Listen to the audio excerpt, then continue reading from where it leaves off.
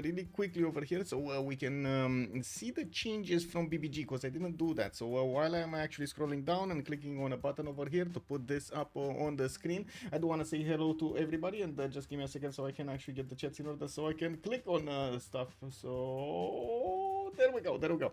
Rafael Omanicardi, hello there on YouTube, and good evening. I did see and Sasu, bonsoir monsieur, bienvenue. Pelikanav, hello there and welcome. It's doable on Highland. Well, let's actually see. Emmerich Dulkanavan, also hello there good evening, willkommen. Pelikanav was also mentioning that I like Maya, but its abilities really only play well on maps that allow for tight settles. Indeed. The Beasley, good afternoon, sir. And yeah, definitely we need the positive vibes, don't we? Belisarius, bonsoir, monsieur, bienvenue. Also, good luck on the stream. Have a good one. I did also notice we do have. Wait a second. Did I say hello to Ensasu? I think I said hello to Ensasu. Bonsoir, monsieur, bienvenue. Nemesis, hello there, and welcome. I did also notice. Give me a second. It's still throwing up. Oh my god, we actually had quite a bit of text over here. Hi, Nick Dave. Good morning, sir, and welcome. Rafifi, bonsoir, monsieur, bienvenue. Hello, sir. Also, good evening, sir. Thank you so much, Muslan, for picking up that first promotion. Let me come back down and see what's up with the text. Oh, some news. I did a game with Kupe. My districts were everywhere. But I didn't have the words game. Well, good thing it was good. Let's actually take a quick pick. Did they start? No. So let's see what the changes are for 6.10. Yeah, BBG patch notes. That's better balance game patch notes 6.10. It looks like in the game mechanics and general changes we're gonna have in the city states Lahore for the Nihangs, or I should say the Nihangs of Lahore will be changed to plus 12 combat strength per building tier. In encampments, that's from plus 15. We do have also in the Congress the border control treaty. Vote A can purchase tiles at a 50% gold discount from culture bomb when completing the districts. Has joined the round table. Barik JV, thank you so much for the follow, sir. Welcome. I do see also the trade policy. It's a bug fix basically. Vote A now should correctly give +4 to players sending trade routes to the target, and the target gets a +1 trade route capacity. Previously this was the text, but FireXis had it coded that the target got the +4 as well as the trade route, and other players received nothing. Culture victory. Seaside resorts changed the tourism equal to 1.5% of the appeal from 2x from double basically. Cristo Redentor back to 100% tourism for seaside resorts from 75%. Environmentalism plus 25% global tourism from 50%, and cultural hegemony another plus 25% global tourism from 0. You do have to actually get this one also for the culture victory. Disasters, forest fire, +1 food for woods or fires, also +1 production for rainforest fires from +1 food and +1 production for all forest fires. A bit of a balancing over here. Let's actually see if the forest fires are actually gonna be better balanced. We do have eras, drums of war, golden. Let's see, for the drums of war, it now gives +2 for every discovered strategic from horse and iron, for horse and iron only. Okay, so it doesn't give you niter and it doesn't give you coal and so on. Great people, Ethelfled, the trebuchet now spawns in the capital from where the general is. That will probably just mean immediately when Ethelfled is recruited, it's just going to be popped, and it is what it is, right? You're just going to need to move it to the front line slowly, on its own speed, on its own wheels, as they say.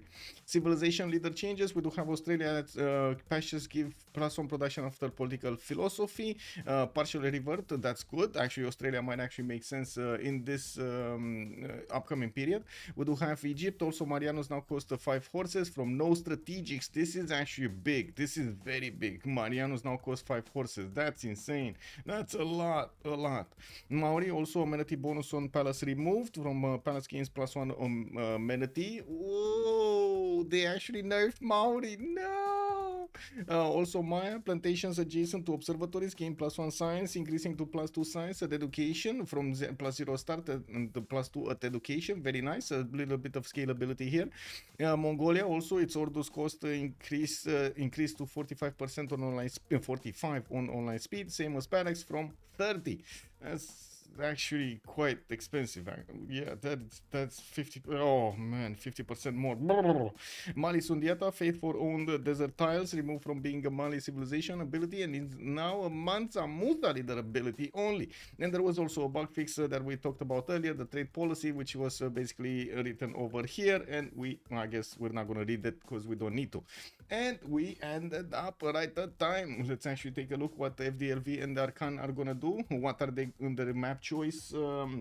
What will be the map choice? Let me actually put it up on the screen here on the left side, so we do have it revealed. First of all, it's right now TBD. We don't know, it's to be decided, right? We don't know yet one map they're gonna play on. They have the choice between Rich Highlands, Lakes, Pangea Classic, Pangea Standard, Primordial, 7 Seas, and Tilted Axis. Nerf Kupe, exactly. How dare they nerf Kupe? Momulax also, bonsoir monsieur, bienvenue. If both the city center and encampment from capital is filled, it still spawns the trebuchet on spot. Oh, Momulax, I see. Oh, I mean, I think that's how it will be. So basically, Momulax, you're saying it's like the boat, right? Like the caravel that spawns from the admiral. Also, buff Kupe, and Sas over here starts. Let's go, and Sasu. When Kupe. The game won't have those changes, will it? This game does have the changes. Yes, this game does have the changes. Return of Australia, excellent. Mosrat, yeah. Oh, Nemesis, hello, sir. Seriously, seaside resorts are already hard to place. This nerf has no reason to exist. To be honest, they are hard to place, yes. But anyway, let's actually see how the players are still gonna get their culture victories. I'm pretty sure they're gonna find a way. We do have Rich Highlands being taken out. No, the Rich Highlands today, sirs. I'm sorry. We talked a little bit about it. We said that especially for the Beasley, we would need to get some big positive vibes over here on the stream. And we were thinking, you know, one of those long games with a lot of simming capabilities over there. Maybe Kupe walking in as the main dish.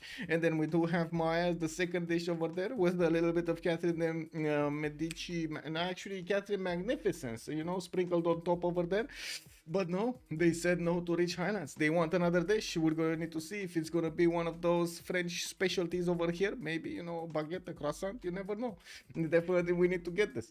Martinus, hello there, sir, and welcome. What is the difference between the two Pangeas? Temudiji, hello there, sir, and thank you for the question. The difference between the two Pangeas is basically how the mountains spawn across the map. On Pangea Standard, they spawn across the continent ridges, or I should say the continent splits, while on Classic Ridges Pangea, they spawn wherever they want to, basically. Eclidian, hello there, sir. Also, Bordanian, hello there, sir, and welcome. It's gonna come down to Pond versus Big Pond. Ooh, I see. So basically, Bordanian, you're saying who has the most fish wins? That's what you're saying? Who has the most fish wins? I don't know. Also, Eclitian, good morning, sir. What do we have lined up for today? It looks like it's a game between Freritos de la Vega and Arcane. I don't know exactly the players in the game. I did notice they're starting to join over here, and I'm not sure exactly who is going to play on which team. I'm pretty sure actually Xiffy with Omegaia, Kujo Karen, and Mikado should be playing, if I'm not mistaken, or Gwawel. One of the two, I think. I'm pretty sure. I think, actually, not pretty sure. They're going to play on Arcane. On the other side, we're going to have Titiits with Phyrsos, with Malm, and somebody that we don't know exactly from who they are. Red Skull, I'm not sure who they are. They might have actually had the names from one of the hidden cups over here, actually. So we don't see their identities are hidden. The anonymous players are walking in. We do have, of course, the map being selected. Pangea Standard Ridges is going to be in today's choice, and I do want to put it up on the screen here. So Pangea Standard Ridges will actually have the mountain spawning on the continent ridges. It will, on the continent splits, it will actually cause quite a few choke points and also defensive capabilities for the players. We're going to need to see if they're going to find a way around the mountains, because that's how you do it, right? Exactly right. The hot gates from the 300. You just go around on that secret mountain pass. Apul, hello there, sir. Oh, Red Skull is Sprig. There we go. Thank you so much. Merci beaucoup, Apul. Much appreciated, sir. Red Skull is Sprig. So that's our fourth player from Freritos de la Vega. Now we do have them going through the ban phase, and as you can see, they did take out Catherine de Medici, the Black Queen, on the left side from FDLV. They did also take out Montezuma, while on the right side, Arcane is gonna go for Sumeria as a ban. Let's actually see what is gonna be the second choice over here. Also, Tito, hello there, sir. Good evening, good evening. Thank you so much, sir, and welcome, welcome. Also, Nemesis was asking, does increased tech cost and era gate make people open campus now? I'm not sure if that is the reason they actually open up campuses. There are some players that really like to go and try to chain the district discounts, like campus into commercial, into Gafron Plaza, into it, etc., etc. Although I've seen a lot of other players still trying to go for that commercial slash Gafron Plaza slash maybe even Holy Site placement, so they get the different discounts. It really, I think it depends on the player and depends on the situation. I wouldn't really say they get more incentivized. Most of the time, the campuses, if you don't want to open up campuses, if you don't have like at least +3 somewhere, like at least one +3 somewhere, I'm not that convinced it's that's worth it. Also, Black Queen Catherine as a ban. If they're worried about the spies or wants to be the team to use them, where there still is Zetian on the map, and I'm pretty sure they can pick it up if they want to for the spies. We do have also Chandragupta being banned on the side of Arcan, and another 5 bans need to be put on the table here. 3 of them, actually 3 from each team, would need to be placed before we're gonna see the picks. So FDLV will have the first choice of the map here for what kind of civilization they're gonna want to choose, and then we're gonna have Arcane picking up 2 in sequence. We will need to see the next ban. Kublai Mongolia is gonna be taken out by FDLV. I do see also Macedon is gonna be taken out, since this is a Pangea map. This is the map basically like one single landmass. The players will have a lot more opportunities to go against each other with land forces rather than naval forces. So I'm pretty sure they're gonna try to take out those civilizations that do have a lot of punch. Like they pack a lot of punch over here for the medieval timings, for the Renaissance timings, and of course later on for the modern ones. We do have Mapuche being taken out. Definitely makes sense with its Malon raiders. It can cause a lot of problems for his opponents, especially if it gets into the hen house. If it manages to get into the hen house, oh my god, you wouldn't have seen how many feathers would just jump over. Elephant Guy, hello there, sir, and welcome. Arcane have a great read on the meta. Look at these bans. Also, Pelikanav, I didn't see that. Maybe double India ban for Arcane. You think they're gonna go for Gandhi also? I'm actually curious, because Gandhi didn't show up that much in the ban phase, but it didn't show up that much in the peak phase either. So I'm still on the fence if Gandhi's actually preferred choice. I still think it's a pretty good civ. Not as notorious as Chandragupta though, or at least not anymore. Now, we do have Theodora being banned by Arcan, and it does seem like we're gonna need to see another 2 more bans before we're gonna see that pick from FDLV. I just realized I did click on buttons, but I totally forgot to open up YouTube chat. YouTube, hello, sirs. Good evening, good evening. Okay, come on with the last ban. FDLV will need to pick up their 5th ban over here, and still waiting to see what's gonna be their choice. Belated happy. Thank you so much, Nemesis. Much appreciated, sir.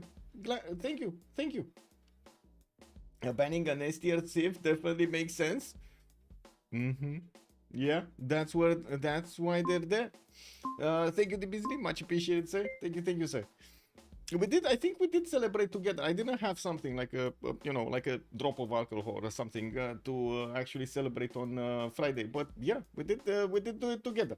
I dream of Scotland, but it is probably not likely. Yeah, Scotland is out of the meta for a long time now. Still love the melodies, but the players just don't get to play it that much. Especially because when you start worrying, and you do want to avoid worrying for the majority of the game, when you do start worrying, your amenities go wee. You know, yeah, that's a problem. Aqua got Aqua won a turn 136 science victory on standard against Deity AI when he was playing Theo. Probably could have done it sooner if he remembered to leave a spaceport tile open in his cap. Yeah, you know the good old trick: if you don't pin your spaceport from turn 1, why are you playing? Please don't drink, then do naked cast. Uh-oh. Uh-oh. Yeah, I don't know about naked cast, man. Yeah, I don't know about naked cast. I need to get one of those, you know, hot tubs in the background if I want to do naked cast. So yeah, you know, like put some text over here on my biceps. Yeah. Saps, good evening, sir, and welcome. It would be funny. Yeah, for sure. Yeah, it would be funny. I mean, Rafifi, I don't know, man. Some people call it water, some people call it vodka. It is what it is. Good evening, sir.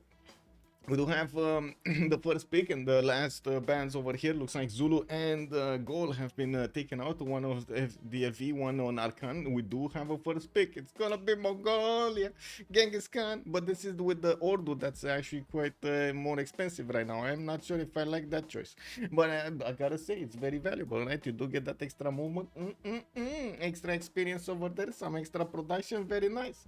Ban Mongols to play Mongols, exactly. Yeah, but wait, Pelican. They banned the imposter Mongol and they got the original Mongol. You know what I mean?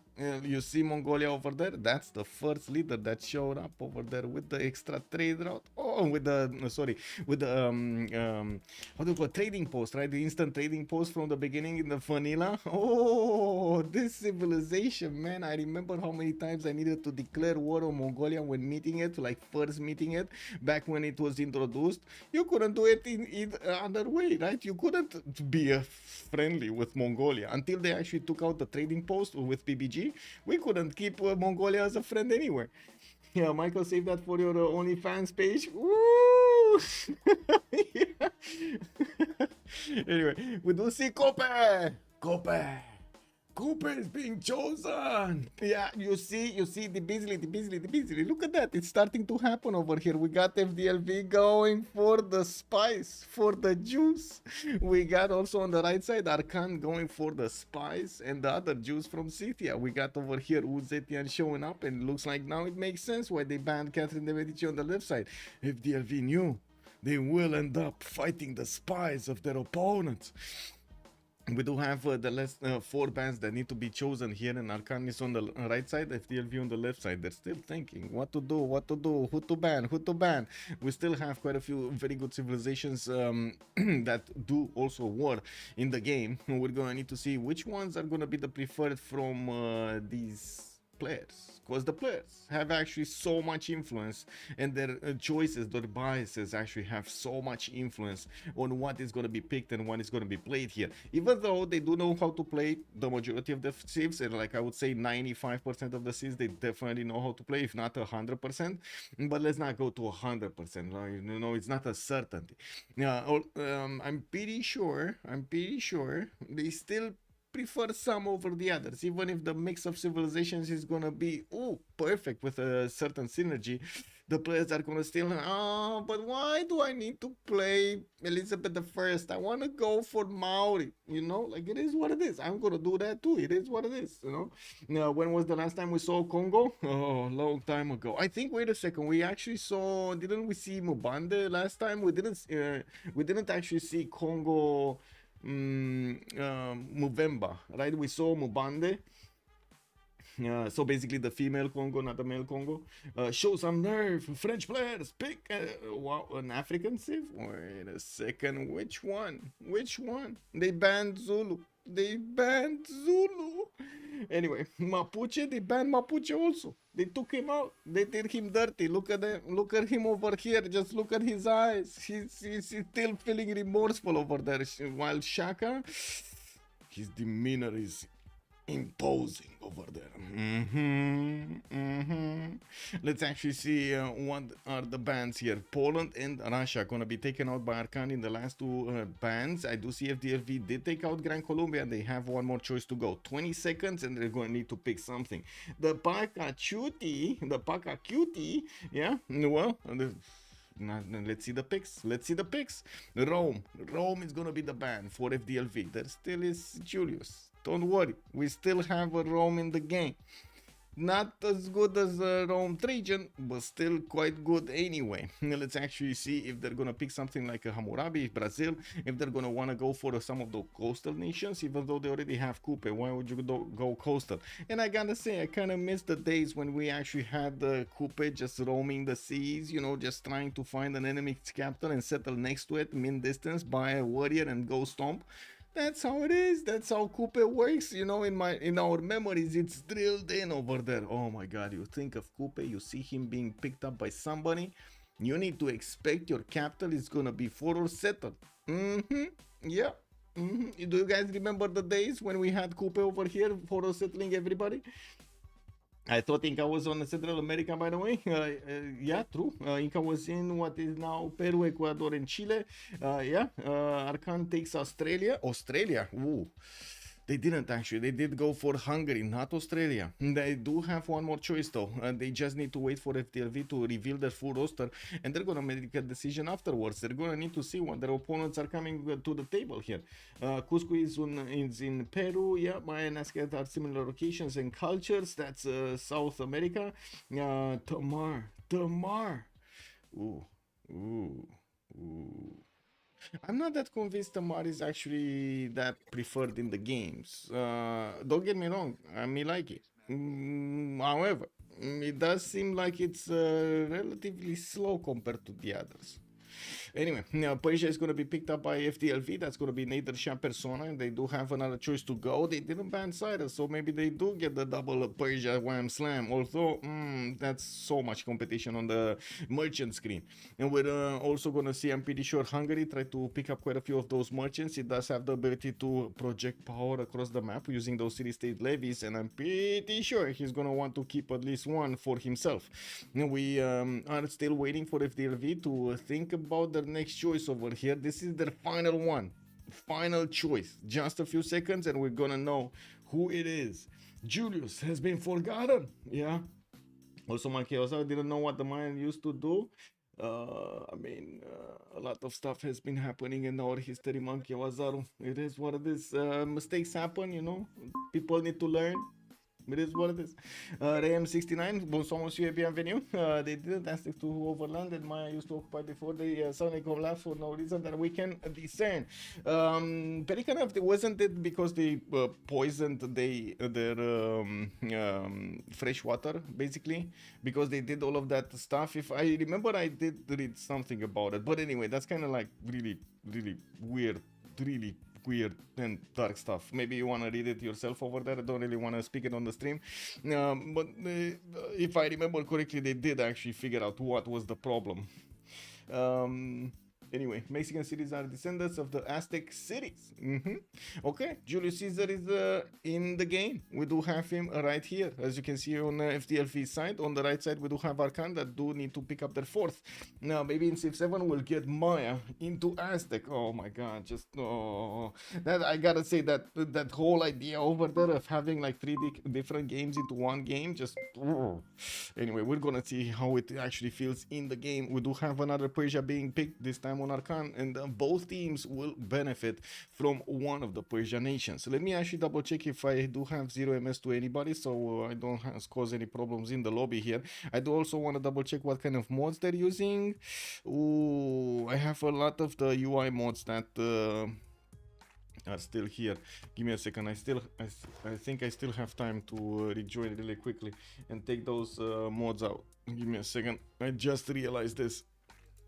Like I was in one of the games in CPL. What? Hello? There we go.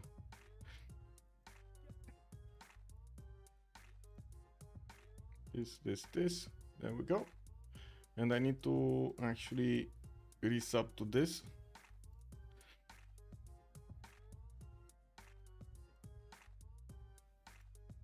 This is mostly to trigger the update.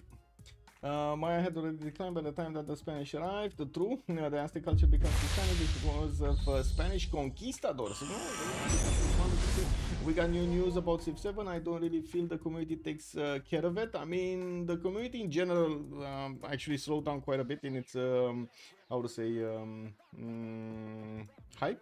I think the the correct word for this is actually hype for Civ7, as they are starting to think quite a bit and compared to Civ6.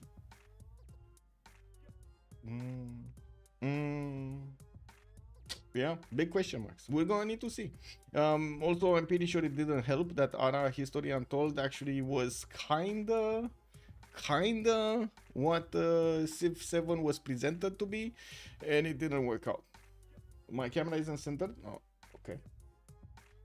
I don't really want it centered. I want it a little bit, just a little bit to the right. Because I'm sitting like this, and sometimes, yeah, it should be fine now. It should be fine now. It should be fine now. Let me double check the 0ms again. There we go, because I did restart the game. There we go. Aztecs were a long-lasting culture, but it got destroyed due to the medieval Spanish invasion, and that gave birth to modern Mexico. So for a second, I thought you were talking about the white cap mushroom for the name I wish, which basically causes such that you're the same as extreme radiation poisoning. Oh my God, Pelican, that's wow, wow. Yeah, it is what it is, sir. It is what it is.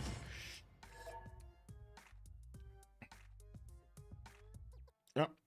Okay, so what do we have here? Cujo Karen is actually going to be the one casting. We do have Malm going for Genghis Khan. Oh man, he's going to want to put up a stream, a show tonight.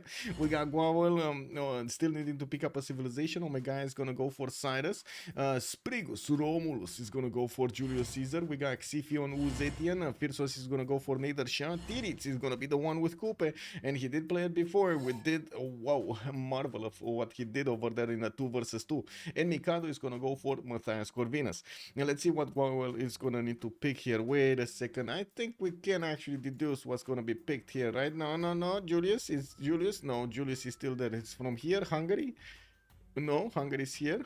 Scythia. There's no Scythia, right? Scythia. He needs to pick up Scythia. So wait, let me get this straight. We're gonna have Pangea standard ridges with 2 war nations. No, sorry, 4, 5, 6 war nations fighting for all of them fighting for a general over here. This is gonna be insane. There are only so many generals, right? You don't have that many at the beginning of the game. I'm pretty sure they're gonna need to chop a few of them if they want them. It looks like, oh, I see a bit of a change up here. Mikado is going to come up on the second slot with Matthias Corvinus. That will put him to have the priority for the merchants, and I'm pretty sure he's going to be very, very, very happy about this because it's useful. At the same time, we're going to need to see if we're going to have the generals with priority. Tomedis is going to go last slot here with Gwawel. Okay, so let's load in and see how this goes. I'm almost tempted to switch to Malm stream. Kicked off. I can't imagine, Pelican. I mean, it is what it is. I don't trust much of the reservations in the United States, especially Texas, no offense, but because of the political situation. I have no idea about the details of the political situation over there, so I'm not going to comment on that. To be honest, there's a lot of, how to say, a lot of pieces of information that lack other pieces for you to actually make an informed opinion, which is very annoying looking at the TV news stations. Like, I'm not gonna lie, this is how it is, right? That everybody's cherry picking what kind of information they want to give to us that we're standing over there. Hello, please inform us. And it's a fool's errand to actually try to find out the truth, you know what I mean? Okay, let's actually see how this goes. We do have how to say, close the screen over here. I do want to ask if we're gonna start from the left side. That means we're gonna start with Gwawel, we're gonna Scythia, or we're gonna start from the right side with Malm on Genghis Khan. Oh my God, man, 2 amazing civilizations over here. Seriously, I need to get up to Babel over there. There are many reasons why I want to learn French. Oh yes, Bordanian also prediction time. Thank you so much, sir, for reminding me. There we go. You see what happens when I don't stream a few days? I totally forget. I need to do the remap. And we did actually have the Rooster Cups, which didn't have a remap. We do have Tomedis, because the choice was actually to go for the left one. Let me put my chats in order over here again. Prince Hanoi, good evening, sir, and welcome. Also, which player Civ partnerships do you want to focus tonight? It's on Kupe. I think I don't know if I'm gonna focus on somebody. We're just gonna go with the flow. We're gonna need to see where the action is. We're gonna need to see who are the ones impacting the game, and of course, try to figure out exactly which are the moments that the players feel like there's no more end in sight. We do have a pause here, I'm not sure for what. It looks like we're gonna get to talk about Scythia anyway. J'ai un bug, va falloir relobby.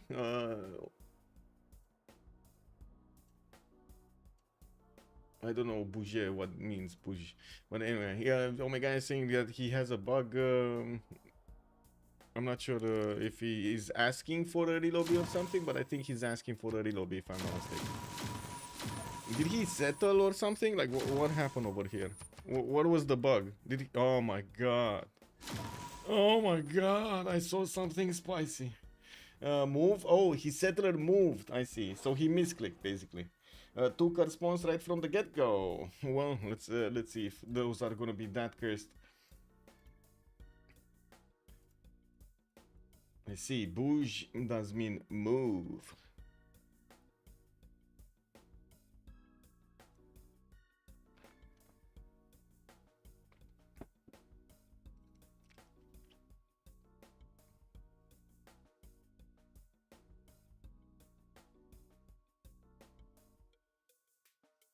Orpheus, bonsoir, bienvenue. Also, Bouger to be exact for to move. I see. He said moved when he pinned the map. Belisarius, thank you. Thank you. Viget, what is that? Give me a second, let me put it through a translate because I don't know what this. How's it going? Oh, fine. Very fine, sir. How's it going to you? Como ça va?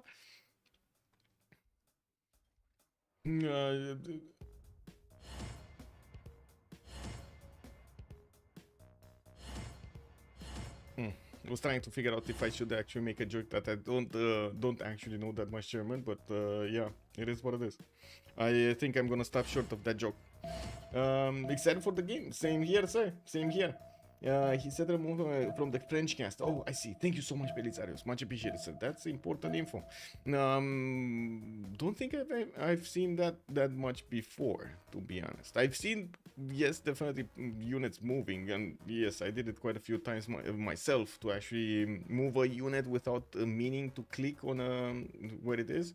Well, it is what it is. Let's actually see if we do get in, and no problem. And hopefully, I'm not gonna touch any buttons, and we're gonna have you know, one of those issues with double loading. I did see today during the game. I had one in the morning. Ooh, that was quite rough. We actually had quite a few relobbies because disconnects from players from around the world. My power cut out like 2 times and stuff like that. But at the same time, we had no problems jumping into the games and loading into the games with you know, that hands up maneuver over there, as in you don't actually have you don't press any buttons until the turn actually starts. Now this worked nicely. Until sometime we actually started the turn, the player started clicking buttons after it loaded in, no problem, and started double loading in the middle of the turn. We were like, Pikachu, what is this? You know, like, what's going on here? Maybe double clicked unconsciously. Yeah. There is another one, mouvoir, that looks like the English word, but the conjugation is pretty hard. J'aimais tout mieux, il mieux, nous mouvons, vous mouvez, il mouvant. And to be honest, we only use as a transitive verb. Oh, I see. Well, let's actually take a look at Gwawel here. We do have Zetian with his tutus around him. His tutu base underneath his capital city, and I do see he's gonna have quite a few other cities to settle here. No enemy to the southwest. That means all of this land basically is his. He has a lot of fresh water to go for, and multiple cities to also go for. Now, with some fertiles to the southwest, also some diamonds in the northwest, we do have him with a one-tile choke towards the east side that will put him directly into Persia's, I should say, neighborhood. And by the looks of it, on the Volca River is gonna go towards Volin also. We do have also past the mountains, Malm here, which will have quite a few rivers to go for if he wants to pass an army towards Scythia. This is not the best matchup ever between them. I'm pretty sure Mongolia is gonna be happy to just, you know, capture a few of the Syrian cities, or I should say units, because remember, Mongolia does get the opportunity, if it does a lot more damage, into how to say, to enemy calves to actually capture them with his own calves. We do have Gwawel benefiting from horses and iron, first ring, a coffee tile for the extra culture, and I think we can move on to Zetian, which is going to be on the coast, on the western side of the map with Shendu. I do see he's going to have his 311 fish off the coast there, and I do notice he's going to have a few freshwater cities on this lake over here towards the northwest. That's not bad, putting a city over there on that tribal village, although it's only a 2-1 base. Now we do have him also to the east side with Hungary to have an ally next to. And Luke Kang, thank you so much for the 25 month. Much appreciated. United Primer. Lukong 319. Thank you, thank you, thank you. I do see Shendu is also going to open up with a builder first and not go for his scouts. I do have to say, because Xiffy is on the coast like this and he has Bura on the right side, he knows that he's not going to have anything to scout in between. We also have Pokrovka here, which will figure out quite quickly that there's nobody to the south of Taruga. And well, of course, China is just going to have basically free sim most of the game. We do have also Omegaia in the middle, in between multiple civilizations, next to Persia, that's Cyrus, no, Nader Shah, next to Nader Shah. To the south, it's gonna be Mongolia, and to the east, it's gonna be Kupe. We do have Maori over there on the coast. Passagarde is gonna have also his north with quite a few floodplain tiles to put down his Temenaki if he wants to. He also has in the southeast. Actually, wait a second. This is not a bad Lady of the Reeds and Marshes, I must say so. 2, 4, 6, 8, 10, 12, 14, 16, 20, 22, 16, 8, sorry, 18, 20, 21, 22, 23, 24, 25, 26, 7, 8, 9. Wow, that's a lot of production. But anyway, we do have him starting to scout out his northeast, and I do see he's gonna go towards the Maori capital over here slowly but surely. Passagarde is gonna have nobody to trade with. I'm pretty sure he's in between his opponents. This is one of those situations in which you kind of want to click in encampments and get them as quickly as possible. I would imagine, yeah, there we go. Omegaia is gonna go for his mining. He did just buy an extra scout. His team actually gave him the money, so he can gather as much information as he can from his surrounding territory. Zaloni Jedreds, good evening sir and welcome. Thank you so much for the follow. Nice coastal trade up setup for FDLV. Yeah, we do have Rome over here that can easily trade with Maui. This is going to be amazing for the gold generation. We do have also on the other side, maybe at some point somebody's going to get on this coast, but that's a big maybe, so we don't know about that, man. Anyway, we do need to take a look if they're actually gonna pick this map. This is still turn 6, so let's take a look at Hungary and then come back and then move on towards the other team.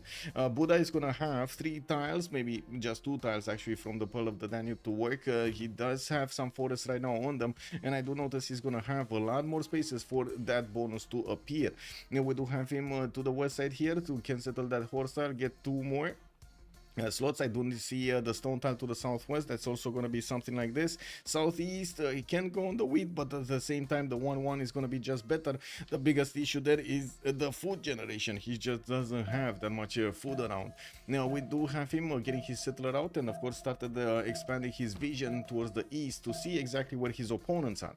Looking on Kupe, he does have Tehonianganoya Kupe on the coast. He does have some whale tiles to improve the reef fish, and I do see he's going for his settler as quickly as possible. Old Faithful towards the northwest of that capital, and Titiits did figure out where it is. Actually, did he see it? Yes, he did.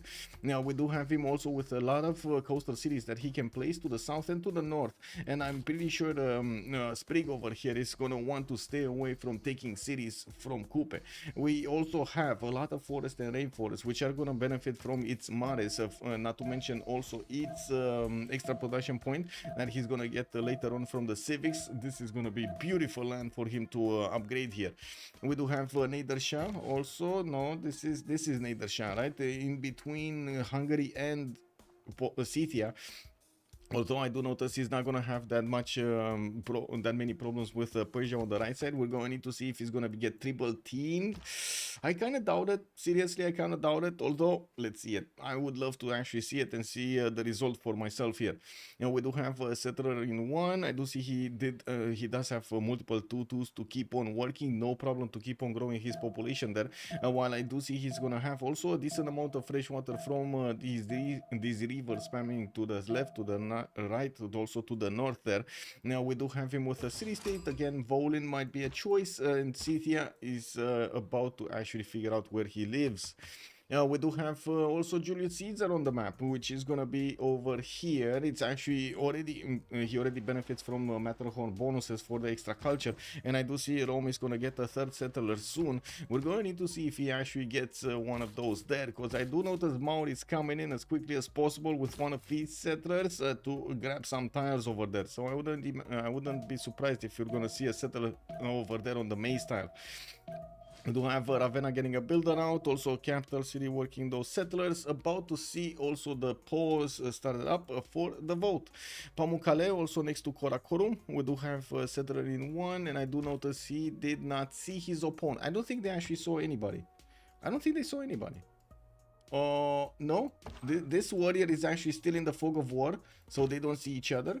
Okay, is there anybody seeing anything here? No, they did not get to meet. Actually, Persia again in the fog of war. Scythia did not get to meet him. So they don't know. They actually don't know. They don't know where their opponents are. They can figure it out. Yes, sure. As in, you look at the map and you can see that it should be somebody in between Persia, Scythia, and Hungary, right? There should be somebody if you look at the map. There should be somebody also to the east of Scythia, because that's also more open space. If there's nobody here to the southwest, there also needs to be somebody on the other coast. That's just Sudoku right here. Does anybody play Sudoku here? I gotta say, I've been wondering this for quite some time now. Hey, we got a remap. It looks like Arcanes are not gonna like this map. Omegaia, Mikado, Gwawel, and Xiffy are gonna say no, we want a new one. Persia and Maori met with the scouts. Persia and Maori did meet with scouts. Okay, where? Oh, I see. They did meet. Indeed, they did meet. Why did they declare war? Oh my god. Anyway, let me put up a poll over here. Do you Sudoku? Yeah. I noticed that it's much more interesting over here to actually put these questions that are extremely subjective. You see how it is, right? These subjective questions over here. Or information. Have you seen how? Oh my god, man, it's going around everywhere. Who cares about facts anymore? What other wonders are on the map? I didn't see. We're on the new map right now. Your mother loves Sudoku? I can imagine. Yeah, I can imagine. It's a good game. Extremely good game. Best game I can play on the toilet. I gotta say, yes, it's painting a very funny picture over there, but it is what it is. Best game. It's funny seeing Sprig on Caesar. I literally play in a game. Wait a second. Helicopter kicker. Good evening, sir. But Sprig is... Oh, wait a second. He did actually switch to Julius.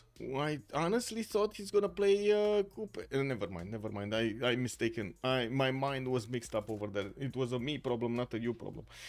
Just really played Sudoku anymore. Wait, what do you say? What?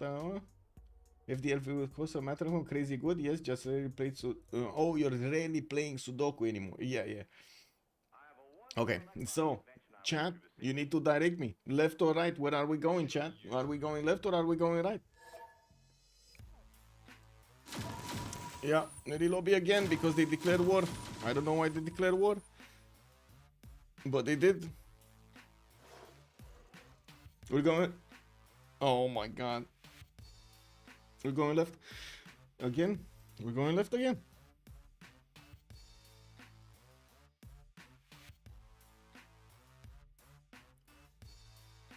Yep.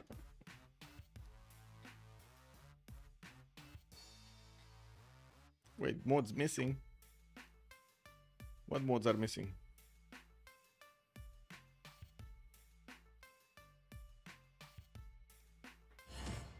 I think I need to rejoin if I still see that message. Wow, only 5 people, only 5 viewers actually played Sudoku or do Sudoku. Wow. Okay. I mean, I think we need to talk a little bit more about Sudoku over here, so we get everybody up to speed, no? With the logic.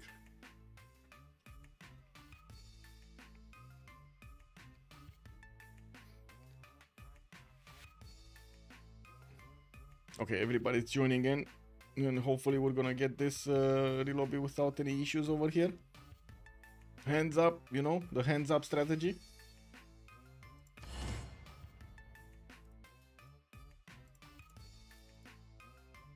Flame, hello there, sir, and good evening.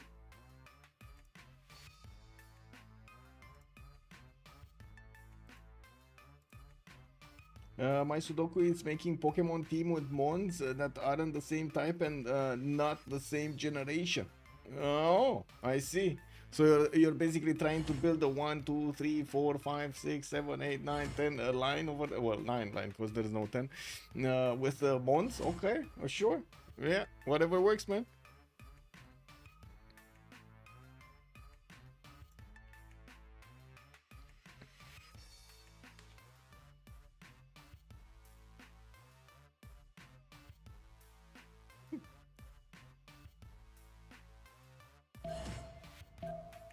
Oh, now I wanna see what Rafifi was asking over there. What is this weird peninsula on the west?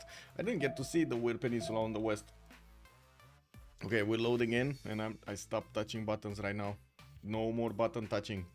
No more touchy feely. Going in. Slowly going in. Okay. Actually, we're going in fast. There's still a war declaration here. Why is there still a war declaration? Or maybe it's just a notification from the last map, because I don't know if they're at war or not. But anyway. The weird peninsula to the west, that's where Persia is, right? Yeah. Cyrus. Okay. I don't want to touch buttons.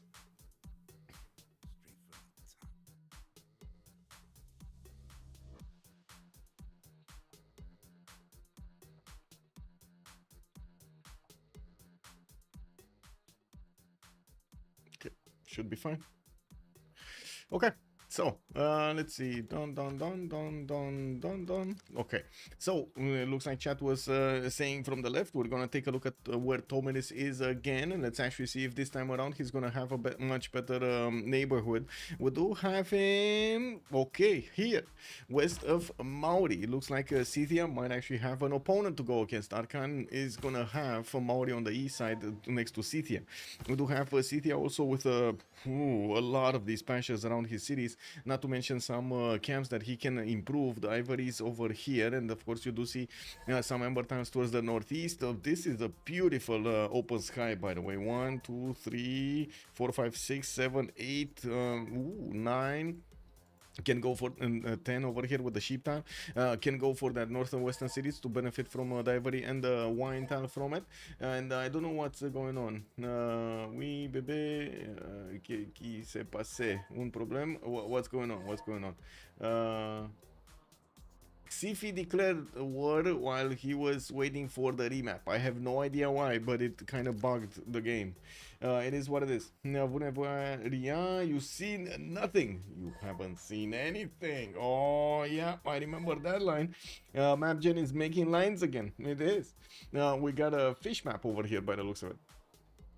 Okay, so we do have Scythia also benefiting from a decent amount of fresh water.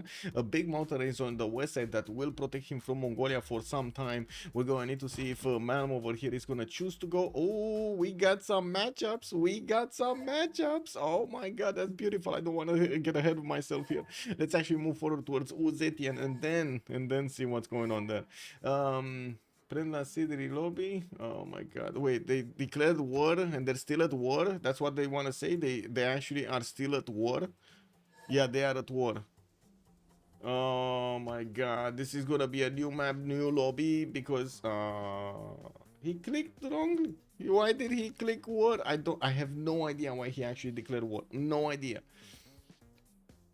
But looks like they are discussing to make a new lobby with a new map or same map with same civs with same seed and so on.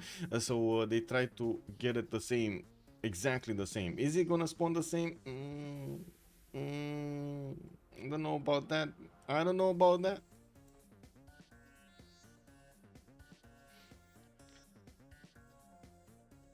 They're debating. Anyway, with Zetian, let's see. In between the mountains, some geothermals for good campuses, +3 is over there and a +4. I do also notice he's getting his scout out in 3 turns and working on 1-3 tile. Will probably want that rice for the extra food. Has a Lake Redba to the west side, which also will benefit from a cattle tile and a 3-2 banana to grow that city quicker. Not to mention, could just settle the tobacco for an extra amenity. We also have him to the east side with quite a few cities to settle before he's gonna end up face first into Persia. While I do see Zanzibar is gonna be between the mountains here, I'm pretty sure he's gonna want to seize that. If not, take it down. Now we do have also Cyrus on the western side, which is gonna be actually this is not the good Cyrus. This is Nader Shah. This is Cyrus. We got Passagarde here that will actually get to fight 1-1 against Rome towards the northeast. We do have Passagarde getting a scout out in 3 turns, and I do see he's already benefiting from some extra gold from his truffle tiles. Has a warrior to keep moving to the west side, and has quite a few huts to actually benefit from. Look at this, in the span of just one peninsula we got 4 goody huts. 1, 2, 3, 4 goody huts. This is amazing. He has 5 goody huts around his cities, another one to the southeast. Oh my god, he's gonna be so happy about this. Like, look at this, there's no goody hut here. Like, look at this, guys. No goody hut. Literally no goody hut around the Mongolia cities. Oh my god, I see a goody hut. It's one, oh, excuse me, it's one goody hut to the south. Anyway, now let's take a quick pick on, never mind, they disconnect. Jarif, vocal. Okay, they're discussing vocally what to do. Okay. 6, yeah, in 10 tiles, insane, man. That's some Andrew level spawn right there. I don't know what to enter here. Bonjour, monsieur, et bienvenue.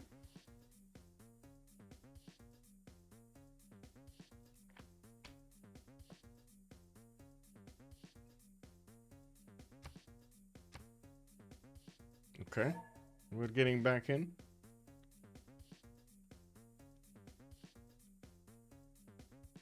I think it was first slot. Does it matter?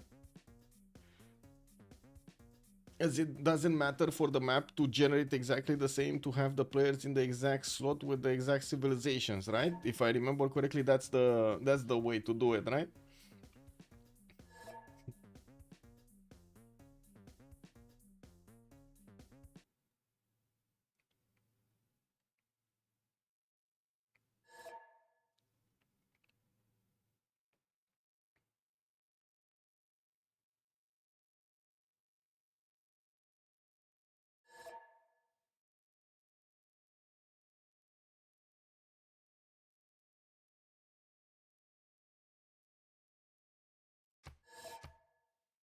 Okay, players getting in, choosing their civs slowly but surely.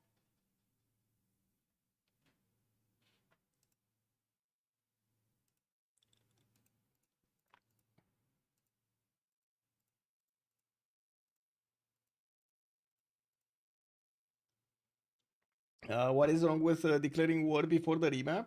When you do the remap, if you do declare war during the remap, unfortunately, during how to say, or around the time the command was given, unfortunately, the war declaration carries over into the new map, so you are just at war with your opponents instantly. You don't get nobody gets the boost, and I believe you actually see the your opposing civilizations immediately. So yeah, nobody likes that.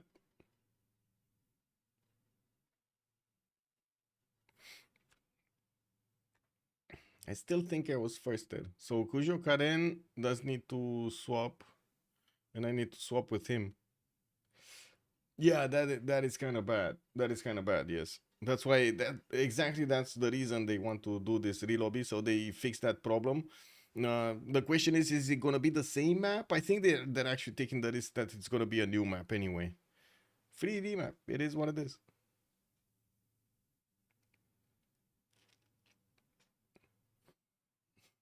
Je m'appelle Spaghetti Code. Oh, bonjour, monsieur. Bienvenue. Le spaghetti code requires some sauce. Yes, very beautiful sauce. Is it like maybe cheese sauce, or we're talking over here some tomato sauce, or we're talking something special? Maybe. Let's see what we can find out for the juice. Sauce de la bougue. Yes. Le sauce de la bougue. Magnificent. Extraordinaire. Whoa, thank you so much, Marikelo. Much appreciated, sir, for the tier 1. Thank you, sir. Ma1 Kello retained his knighthood for 6 months. I prefer my coat with aglio olio. Just get it in there. Yeah. Or a good bolognese. Yeah, yeah.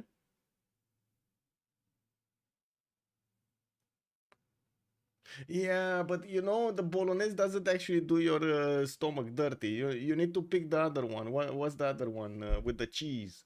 You know, you need some carbonara to actually mess a little bit with, you know,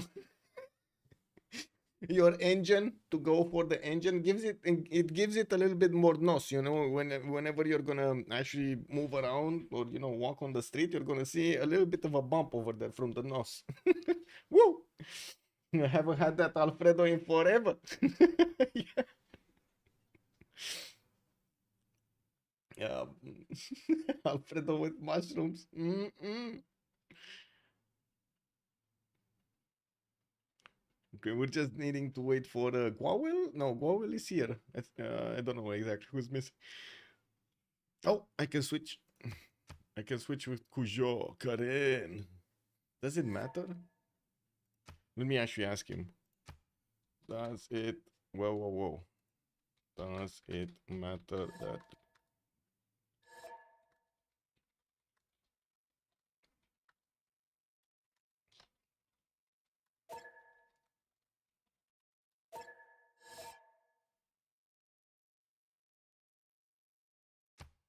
Oh, I wanted to send a message to Cujo and I sent it to Malm?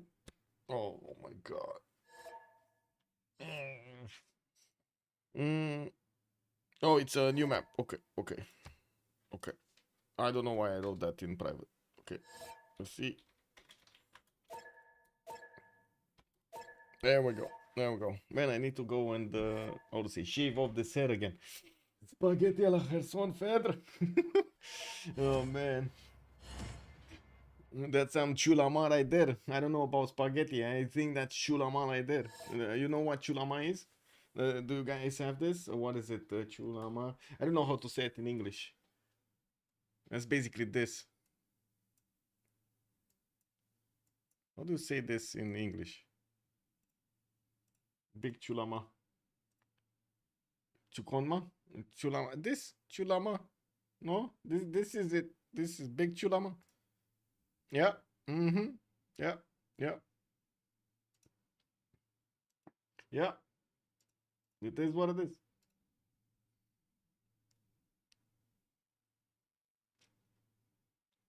Okay. We're still missing somebody. I don't know what's going on. Oh, Phyrsos. So there we go. Finally, he actually got back. Not sure exactly what happened over there. Maybe he went to get a juice or something. Or make himself a tea, coffee for the game. But it's gonna be a new map, and I do have to say Arcan did use the remap token, so we only have FDLV with the remap token available. We're gonna need to see if they're gonna use it or not.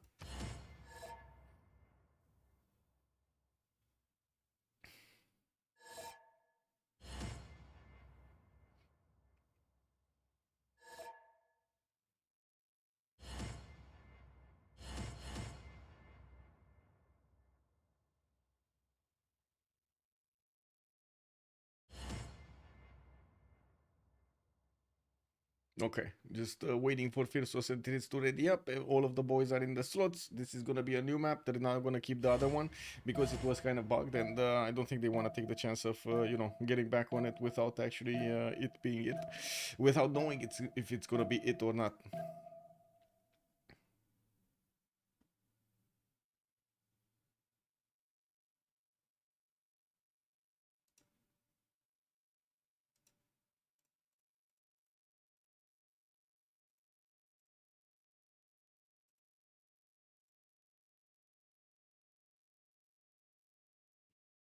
Okay. Well, this has a few more water bodies inside of it. I have no idea exactly what this map looks like, but sure, give it a try. Let's actually take. Is it a bird? Maybe. Is it? I don't know. Two birds? Maybe. I have no idea. Anyway, chat. Left or right? Where are we going? Last time actually last 2 times you told me we need to go left. So I don't know. Do you want to try a right this time? Maybe, you know, maybe a right side, or is it gonna be still left? We're going left, Lancer. Okay, we're going left. Gwawel. Gwawel. I see what it is. You actually want to see what Scythia is to see if there's anybody that's gonna get it this game. I see how it is. I see how it is. I mean, totally makes sense. Don't get me wrong. Scythia might actually cause quite a bit of a stud if he has an opponent next to.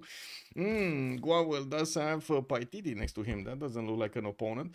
He also has. Oh no, he didn't actually get out of this with Genghis Khan to the west side. He's gonna have an opponent to go against, and I'm pretty sure those Kishiks are gonna find some targets here in the Saka horse archers. Scythia does have also rivers, north and south. I do notice to the northwest he's gonna have a bit of territory to expand into. East side, definitely a lot of territory to also go for, but, however, we do have Persia here. Shah just settled on the right side. That's gonna be Nader Shah, and it looks like Scythia is gonna be in between two very strong opponents. You know, we do need to see if he's gonna manage to get out of this with his feathers intact. And I do notice he has no wonder here Namit Sensi to the southwest, which he's probably not gonna enjoy. We do have a strong settle on the Paititi, getting those extra culture points and the extra gold points. Unfortunately, it will be quite far away for him to go for it immediately, so I'm pretty sure he's either gonna want to settle non-fresh or directly on Paititi, or is he gonna wanna wait for a B3 or something B4 to go for the copper. He will also need to make a defense over there to stop any kind of Persian invasion, because I'm pretty sure Persia is not going to be happy just sitting on his own peninsula here. And we do have Zetian also, northwest side of the map. Shendu is going to get his scout out in 3 turns. This time around, looks like he's going to want to take a look at this. I just realized the music isn't playing, and I put it up again. We do have Xiffy here with China, also benefiting from some mountains to get his campuses. Not that many city spots. No, I do see the Gypsum in the south, which is going to be amazing. Unfortunately, on the same coast, we do have Maori for him to defend from, and I'm pretty sure settling a coastal city right on the same coast as Maori, not going to be the most, how to say, the best choice that you would want to do, you know, not going to have that much wisdom in the choice. We do have also Cyrus, which is going to be here. Passagarde does have Yosemite to the northwest with a beautiful truffle tile over here to benefit from. I would say go there, my friend, go there directly. We do have him with a scout coming up in 3 turns, and I do notice he's going to have a lot of lakes around him. Definitely a lot of truffles to get the gold going. I see 1, 2, 3, 4 just in the capital city, which I'm pretty sure he's going to get some more in the other cities. Yeah, there we go. On the western side he has some more over here, and I do see the Yosemite tiles are amazing over here for so much gold, so much culture from his second city. We do have Cyrus quite protected from everybody in the game. I do think all of these one tile chokes are going to be terrible for anybody trying to pass through them. It's also going to be a bit problematic for him to get everything done on his sim, although I do believe he has some possibilities over here to work 9 to 10 cities quite nicely. What's going on with another one? Oh, recheck mode. What?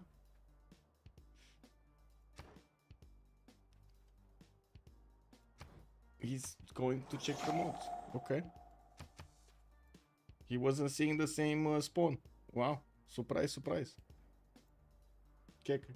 3252 tile without any effort at all. Exactly. I mean, who needs a builder charge? You know, this is, guys, this is like in Civ7. You don't need,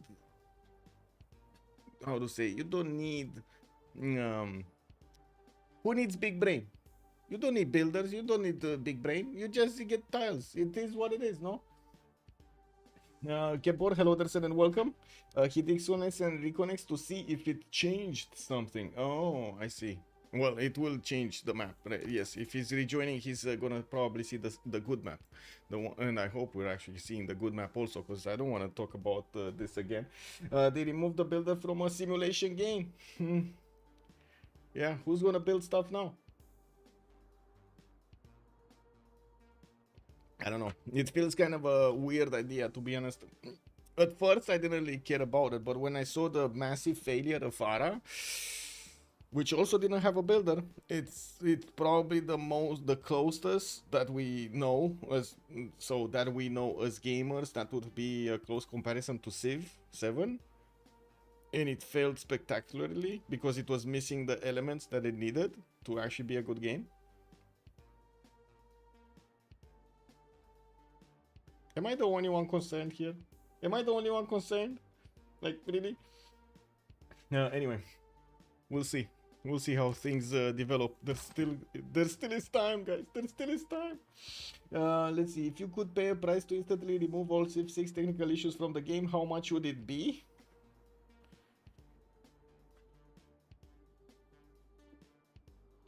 All sign, you want me to do a Marius BW kind of analysis over here? How much it costs? How much it costs everybody? The technical issues, how much they cost?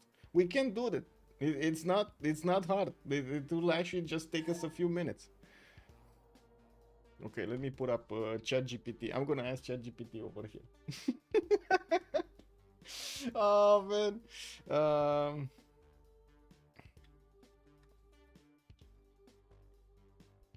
Okay. I need to go. I want to go through the spawns, but I did open up ChatGPT, and we're gonna take a look at that because that's funny. That is actually funny. You're gonna be extremely surprised of how much it costs. By the way, let's actually take a look at Hungary. Matthias Corvinus. We got Buddha here with horse style. He does have a scout oil in scout in 2 turns, and I do notice he's also gonna have some geothermals around him. This time around, he also has 1, 2, 3 tiles for his Pearl of the Danube, or 4th one if you take into account the horse to the west. But I'm pretty sure he's gonna discover that animal husbandry. There we go. It's actually coming up in 4 turns, so the horse is going to be blocking a tile there. We do have him also to the west side of Mongolia. He does have the Chocolate Hills southeast that he could grab a cattle tile and also grab those deers. I wouldn't be surprised if he's going to try to get closer, although I wouldn't really recommend it. Unfortunately, if he does go for the cattle tile, he only has a single tile for his Pearl of the Danube. Not really the most, the best thing that you want to do here. Yeah, I also don't think he's actually going to buy these 3 ring tiles out because, oh my god, that's going to be a problem. We do have Kupe over here with Scout coming up in 110, and I do see he didn't go for the builder first. We do have him with a single Titiits this time around on the west side, and I do notice he's gonna have that coast towards China, which he's probably gonna want to settle anyway. To the south, a big coast for him to develop cities on, even though he does have Rome to the right side as an ally. Oh, that's actually fine. That's fine. He's gonna just free sim over here. I don't think Zetian is gonna be that much of a challenge for him on this coast, so I'm pretty sure this is gonna be free sim Kupe. We do need to take a look at Nader Shah really quickly. This is not Nader Shah, this is Nader Shah. Mashad coming up with a 3-1 sugar tile. He does have his scout moving, warrior moving through the coastline, going for that tiki hut. We do have the scout going towards the north, and I do see 2 tiles over there, 1 to the northeast and 1 to the northwest, and that are gonna get picked up soon. He has all of this peninsula to settle, and also we'll get to trade punches with Scythia to the southwest. Unfortunately, these 1 tile chokes are gonna be quite a problem for him to get his army through. We're gonna need to see how he's gonna try to make his logistics possible and try to get roads, try to get those units faster through this territory, so he can actually get them quickly to reinforce on the front line. We do have also Rome. Rome is gonna be here. We got Sprig in between the mountains with quite a few geothermals of his own. Actually, I say quite a few, but it's actually only 1 next to the mountains there in the north. Some +5 campuses that he might actually not reveal, while we do have a city over there in the north. I'm pretty sure he's not going to get to settle it. Not that many times to work, and you don't want to work the mountains. They don't give you anything if you're not big Inca. We do have him meeting Hungary to the right side, and of course he knows that he will figure out that to the southeast he's going to have an opponent. Good thing is he does have a decent amount of cities to place in his core, and I would imagine he's going to want to get the city next to Banana, next to the city to the southwest, next to those amenities, the Amber tile and the Gypsum tiles, not to mention another one to the east side over here with a lot of chops in it. We also need to take a look at Genghis Khan, which is already starting to improve his horse style, and I do see a settler coming up in 4 turns over there. We do have Scythia meeting Genghis Khan on the left side, and I gotta say FDLV has the choice to remap this or not. So we're going to need to see if they will choose to get Scythia out of this situation, or they're going to consider this is normal. That's why they picked Scythia, right? Immediately after Genghis Khan got picked, I do have to say. Building hut for Mongolia, exactly. This map and the lakes mountains are going to make so many pushes nearly impossible. Shah Clown, good evening, sir, and welcome. I'm glad to see you. And also Hungary is dead, you think so? know. I mean, you think he's gonna be caught in between a rock and a hard place here, Mongolia and Rome, just you know, sending units towards him? It might be. And let me actually put this up over here. What was it? Whoa! What is this? Why is this starting to talk over there? Don't talk. This okay. Assume an average.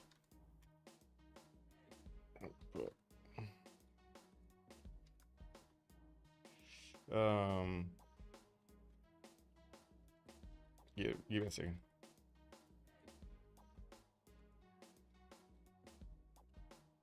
Average.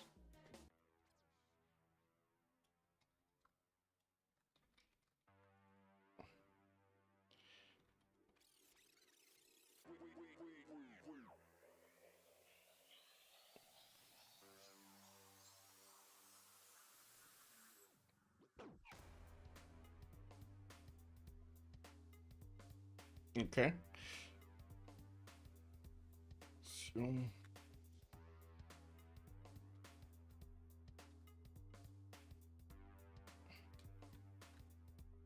what is it? 300?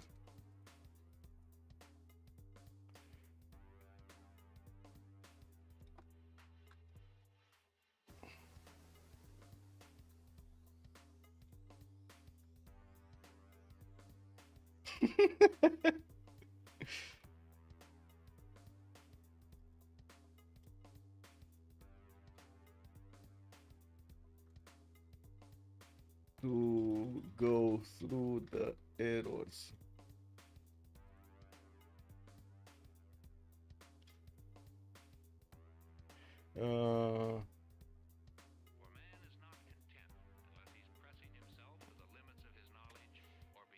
Wait, I need to add more information.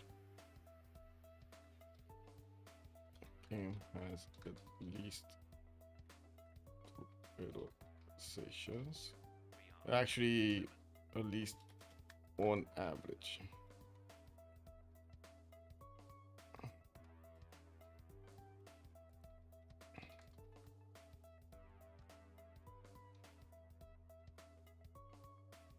How many players we have? 54.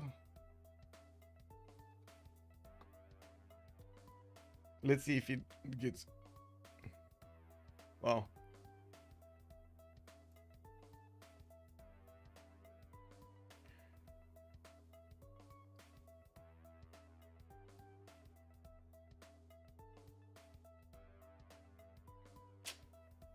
It's yeah.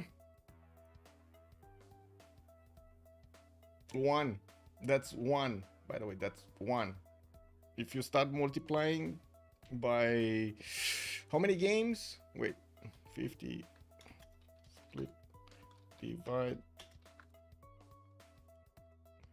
by 5,000 kick. 5,000 games, right? 5,000 games multiply some games a day with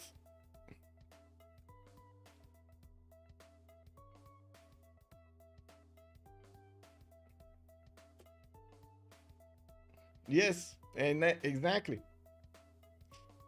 That's time lost in money. Yes, that is time lost in money. This is time lost in money. Oh man.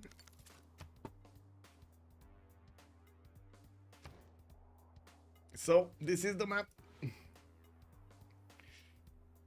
I'm not arguing anything. I was asked a question, and just like you know, good old ChatGPT over here, I answered the question. I don't know, but that's a lot of money. Someone get Marius on this. Yes, also let's see. Can he double check my math? Let's see.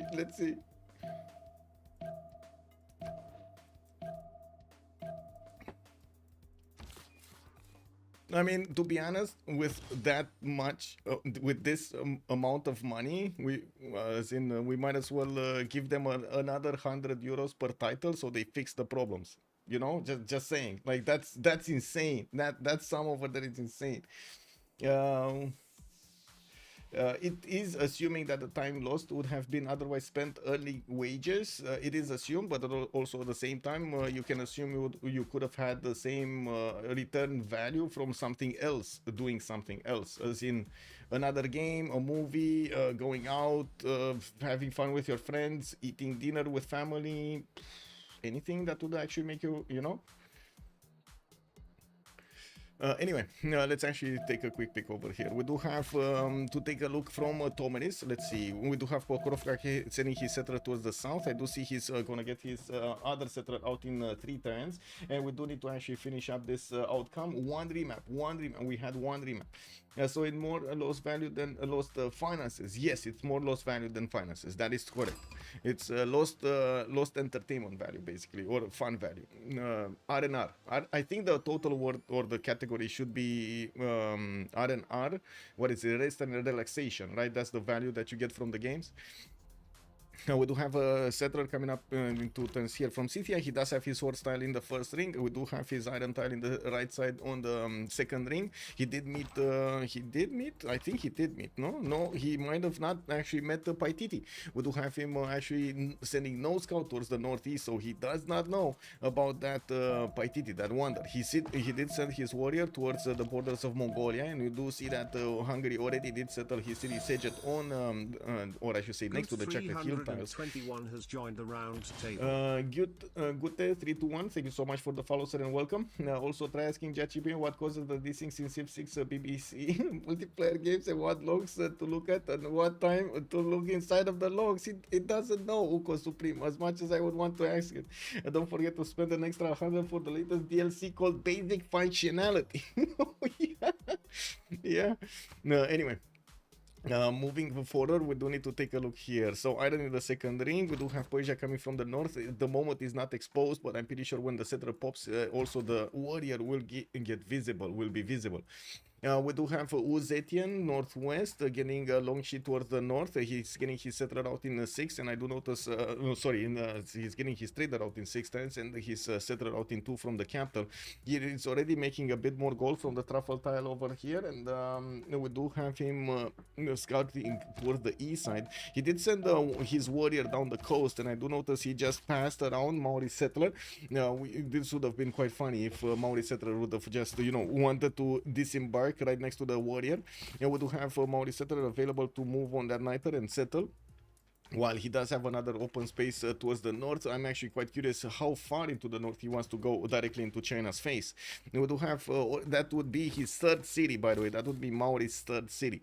Maori did start working on a few builders to start improving his tiles. He does have some inner resources that he would definitely want to improve also, for the amenities, for example. And we do have him also with horses in the second ring and iron in the second ring of his capital here. We're moving forward. We do need to see what Cyrus is doing. He's gonna be simming very happily. I'm very surprised we didn't see him go for Yosemite. This might have been the first time he actually saw that wonder. Let me double check. Yes, this kind of looks like the first time he saw that wonder, isn't it?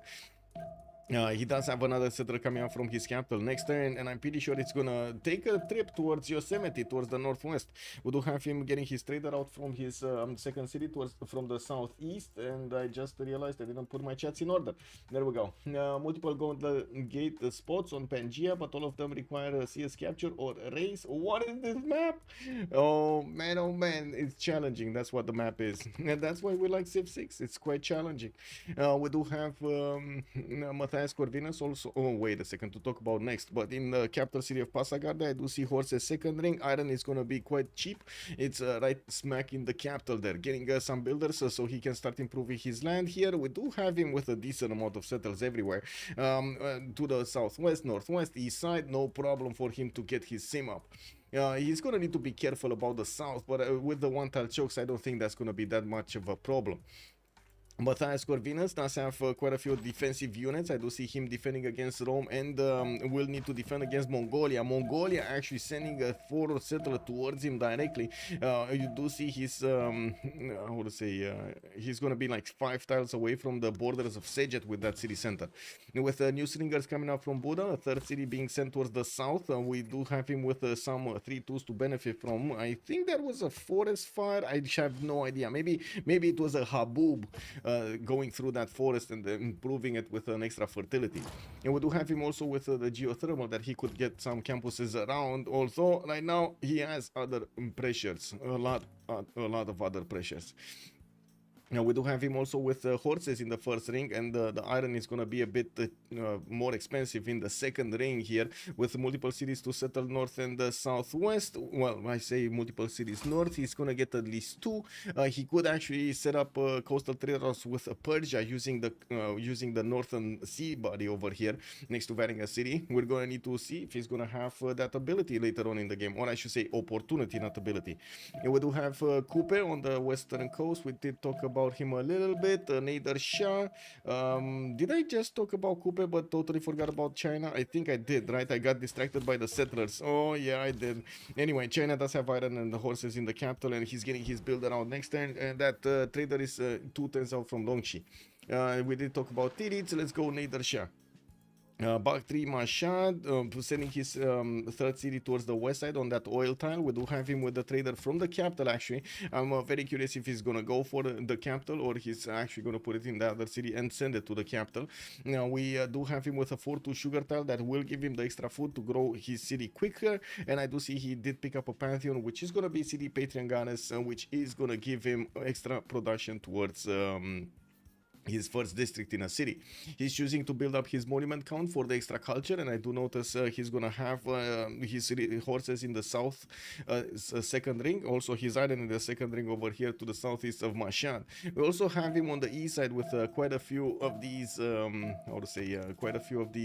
coastal tiles to settle on. The question is he gonna want to stay here? I don't think it's gonna be a problem, because he's gonna be protected by Kupe, right? That's the issue. That's the thing. He's gonna be protected, and even might actually get to trade with Kupe, so I'm pretty sure Phyrsos is gonna be happy.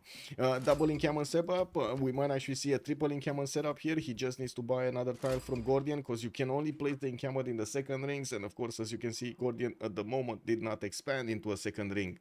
We do have also Julius Caesar on the map somewhere. Let's actually take a quick pick on him, getting his triple encampment set up to the west side of Hungary.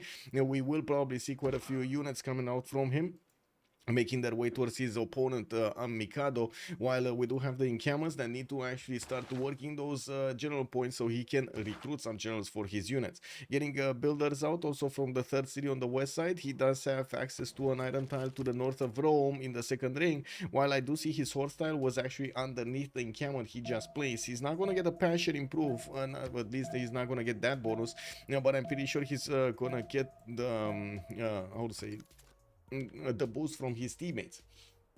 Cyrus settled his Yosemite. Yes, he did. The beautiful Yosemite. Also pocket Kumasi Nader Shah, which is this. Yeah, pocket Kumasi indeed.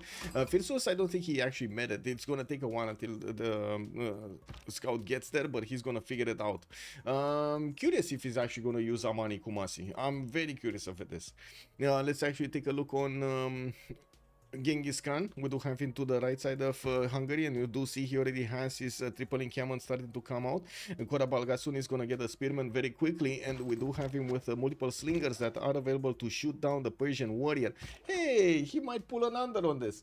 Malm will chop the horses. Oh, yes, he will. Mokalian, hello there, and welcome. Only Kupe will make the money.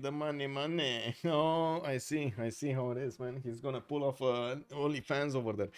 Let's actually see if Kupe is gonna manage to do this, get the happiness going, and get the trade routes going also with his allies on the other side of the coast.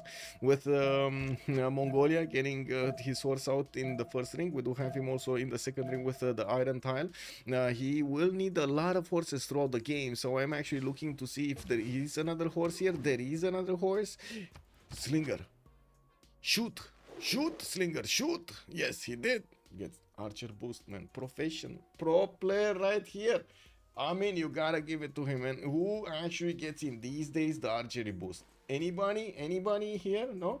Are we gonna get a prediction going? Yes, sir. Or maybe something more fun, like who gets Colosseum? Maybe who gets the first general? Maybe we can do this, right? Who gets the first general? Prediction. Let me see, because we got quite a few of them, right? Going for who gets the first general. That's gonna be, give me a second, Scythia. That's gonna be Hungary. That's gonna be Rome or Malm, right, on Genghis. And Genghis Khan, or wait a second, there's another one here. There's also Phyrsos. Phyrsos, right? And we're missing, I think we're missing somebody from their opponents. We have 3-2, as in 3 from Freritos de la Vega going for generals and only 2 from Arcanes going from generals. You see Scythia and Matthias. But anyway, it's fine. Let's actually put it for 5 minutes and we're gonna figure it out together. Who gets terracotta will be spicy. Yeah, we can put that later. Probably just do which team gets exactly. I think Iclitian. Which team? Let's not dabble in the team. Let's actually see who's gonna get it. Rome is already on the 13 regional points acquired this turn. We might actually see another project here, so we might see the first one picked up by him. We're gonna need to see if anybody's gonna get it passively or not, or if Malm is actually gonna chop his encampment projects, because I did here on the stream he's gonna chop his horses out, which is definitely gonna make sense. I'm not sure if he's gonna want to use these chops into encampment training projects to get those get that general, and it looks like he will. So there is a race going on, and I think I actually put a bit too much time, but I'm gonna stop it. So I gotta say, I'm gonna keep the button for end submissions on the left. If you wanna last move this, be warned, I'm gonna last move first. Yeah, you heard that here on the stream. I'm gonna first move the last move, man. Yeah, you need to do it. You need to do what you need to do in the game. Last move, the first move. Oh my god, I'm clicking the wrong buttons here. Give me a second to put my thing. Okay, there we go. Okay, so let's actually take a quick peek on the city states. We do have Hong Kong showing up in the game with the only industry bonus. I do see Armagh with Vatican City, Kandy, and Nazca will be providing some religious bonuses. Vilnius with Kumasi will be providing some culture bonuses. I do see Hattusa is also going to be over here as the science bonus of the game. Venice, Mogadishu with Muscat will be the ones providing the trade bonuses, while I do see Kabul as the only one for military. Kabul is amazing if it does manage, if somebody like Mongolia, for example, manages to get it. Vatican City, Kandy, Nazca for the faith, and Armagh, 4 city states for the faith. 0 nation that would actually go for holy sites. Karma, man. It is what it is, no? Murphy's Law. We do have Mongolia here also. Getting a second project. He just chopped it out, and I think Rome did not chop out his first project. Oh, we might see quite a bit of a mix-up over here. We might actually see Mongolia getting the general, and then Rome getting left behind. Is turning his encampment training project from the capital. It just seems like it's much faster over here on Mongolia. He does already have 27 out of 30 points, and he does have 1 encampment down without an Ordu orders in barracks in it. He's trying to get another encampment training project, and it's 2 turns out from finishing. If that's 1 turn earlier, then he would finish it passively with just his encampment. Looks like also Scythia is starting to put down some encampment training projects. He already has 1, 2 encampments, 3 encampments in the work. Triple encampment set up everywhere from everybody. We got Moksha coming up in 3 turns here in the capital for that extra juicy culture. While I do see he did try to push out the Persian warriors from his borders. We do see him going for his monuments now, not giving up on actually getting the projects for his generals. I do see Persia is also going to try to get the encampment training projects in 2 turns here. This means he might actually have a very, very good chance of recruiting this general over everybody else. Wait, Hungary 1 point away, Mongolia 2 points away, Rome is 18 out of 30. Oh my god, who's gonna, we don't know who's gonna get the first one. Can you predict this? Like, honestly, can you actually predict who's gonna get the first one? Because next turn we're gonna have like 4 nations getting their projects finished. All four of them. All generals gone. Oh, no. And Sasu, all generals gone by the classical era. We're not even talking about the medieval era. Classical era. Like, we didn't get there, right? We're still 1025. Remember, the classical era starts at 1031. We're 1025. Hungary is first slot. Yeah. True. That's a good point. That is a good point. Hungary is first slot. Is it first slot? Wait a second. Who's Hungary? Mikado, right? Mikado? No, Malm. Malm is first slot. Malm is Genghis. Malm is first slot. Malm, Mikado, Omegaia, Sprig. So we got Malm. We got Malm. Mongolia has. Oh my god. Did you touch it? Yeah, no problem. No problem. Now we got the builders coming up from my shot here. Is smoke shot going in 2 turns there. I do notice we got a pause. I don't know why. We do Discord, please. Wow. Whoa. Whoa.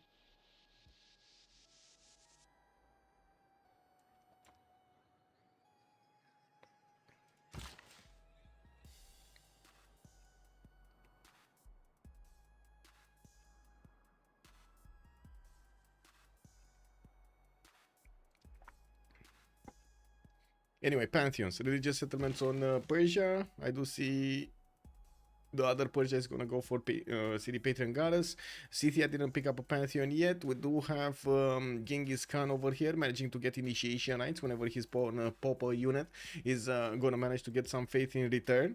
We do have God of the Forge chosen by Hungary to get as many units out as possible from the ancient and classical era, and you do see he's getting a lot of slingers right now. I do see Rome is gonna get God of War and Plunder for the extra bonuses on his encampments here. That's something that I didn't know before, and that actually gives him an extra general point on his encampments. Breton content, thank you so much for the follow, sir. We do have also Maori with God of the Sea. He's getting the extra production points on his coastal resources. Has quite a few of them actually. 1, 2, 3, 4, 5, 6. No, this one actually he can't get. This is one tile too far away. 7, 8, 6, 7 actually in the south, and more over here with the fish tiles. Not bad. More whales, more crabs. A lot of crabs actually. A lot of gold per turn.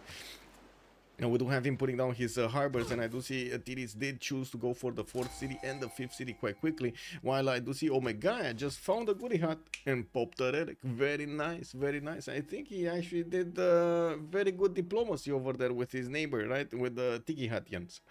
Yeah, we do have, by the looks of it, also Titiits choosing to go southeast over here, I think, somewhere next to that Nader tile.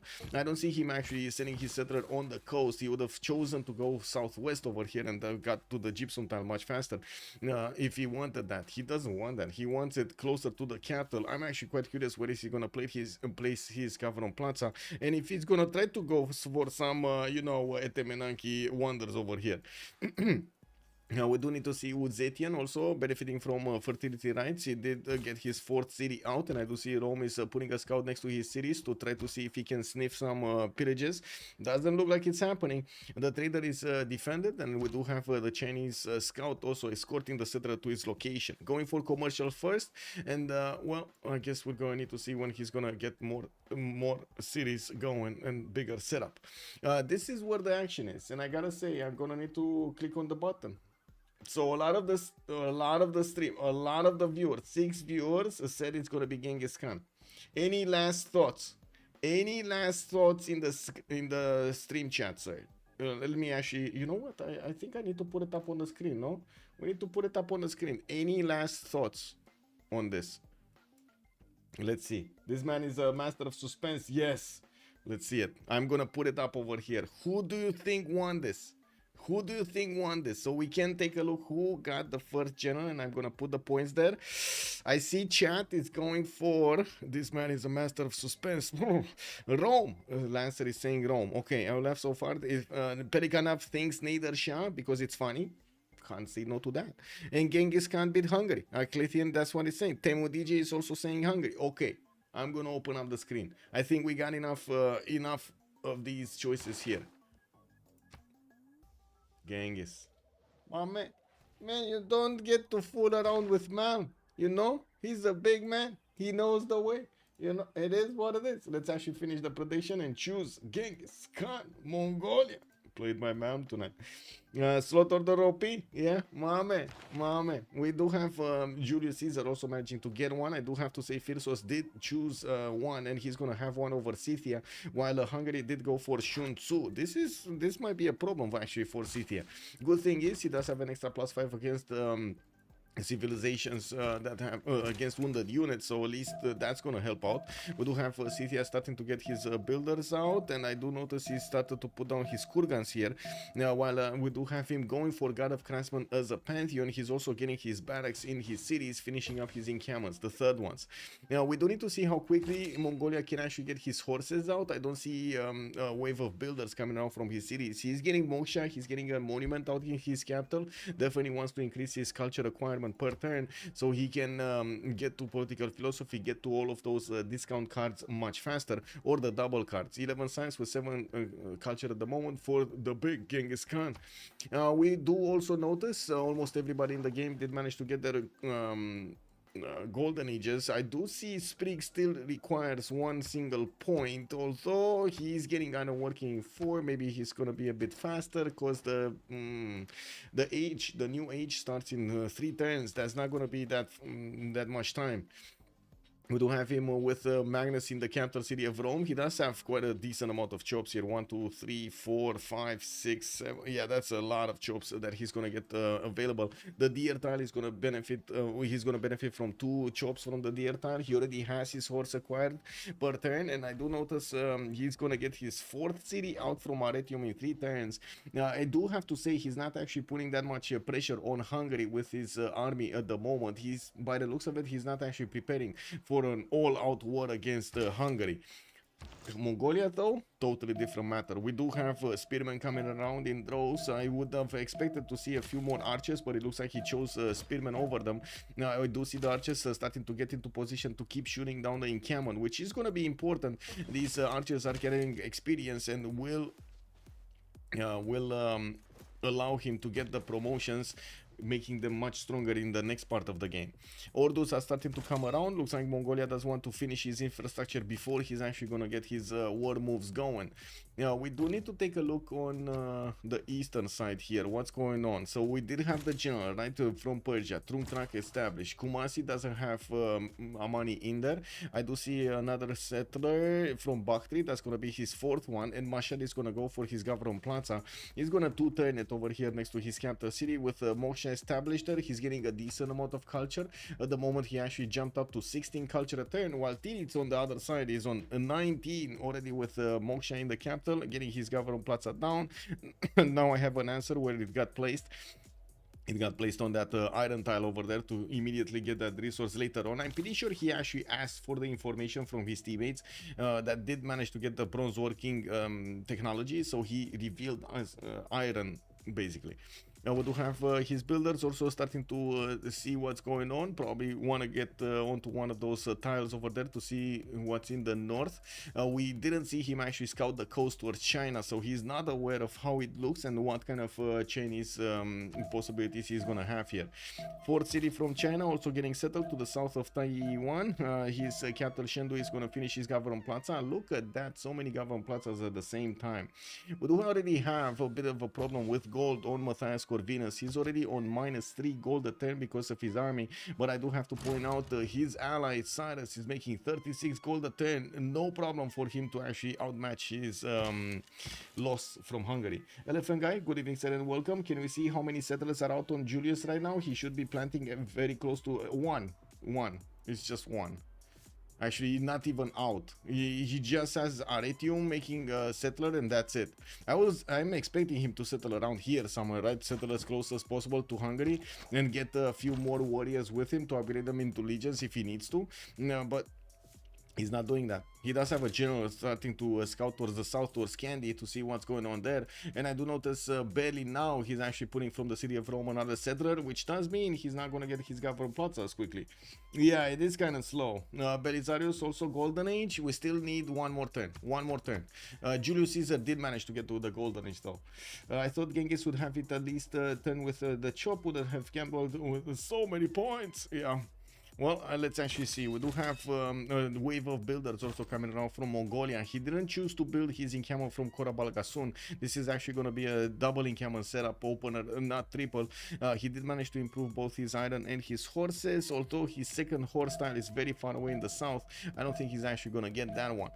He's quite, I would say, cautious about the eastern side, about Scythia actually walking in, and I'm pretty sure it is gonna be an issue over here to the left side.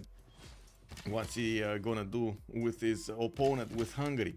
Hungary getting a massive wave of archers. This is usually how you do want to protect yourself, even if the archers are quite squishy. If you don't have classical units, a massive amount of archers will actually help you defend quite nicely. We do have the first horse actually being placed into the production queue of Sejet, with the general already over there to try to help the defense. We got Governor Victor also establishing in that city center, and quite a few chops available also for the builders to go for. And builder has 3 charges, so yeah, we might actually see 3 horses. Let's actually take a look who did pick the golden age. We do have Scythia here with still not that many units. He did manage to put down his 2 encampments and 3 encampments. Actually got the barracks inside of them, no stables though. And we do have him getting builders out from Kuloba, and I do see Moksha in the capital, getting hit by Habub in the south of Soloka, where he does have his 331 horses, giving him that extra production point. Very nice that he will have 3 horse styles to benefit from. With the God of Craftsman bonus. We do also have Gwawel choosing to go for a Pen Brush and Voice Golden Age with 10 science and 13 culture, 6 gold a turn, and 41 points of production. Zetian is going to be 11 science with 22 culture, also 42 points of production over here. Pen Brush and Voice Golden Age. Let's see, Zetian getting his builders out, commercials for the extra gold per turn, and I do see Magnus establishing in the city of Longchi right after Moksha did establish in Shendu. I'm a bit surprised about Magnus, but I'm pretty sure he's actually going to try to use it for the chops, right? He's going to want to use it for the chops. Yeah, we do have also Persia and Russian voice. Oh, I do see Mikado is lashing out at Malm, and he did manage to take out one of the spearmen. I do have to say these archers are basically a direct counter to the spearmen. They're extremely strong against this anti-cav unit. Looking at Cyrus, right? 4 cities strong, getting campus from Hermatana, already put down his commercial here, and I do see the campus is only going to have a +1. Gavron Plaza to the north, next to the mountains, where he's also going to have a few chops. The deer tiles and the stone tiles do wink at me. We do have him with a 2 charge builder that could just go in there and get his stuff going. 4 cities settled on the right side, so he can get his 231 spy style. And while I do notice he did actually discover Muscat for a little bit more, guess what? Gold per turn on his commercials. Very nice. We do have Omegaia here on 43 gold a turn. He's making more than his opponents combined. 42 production also. Pretty good at this point in the game.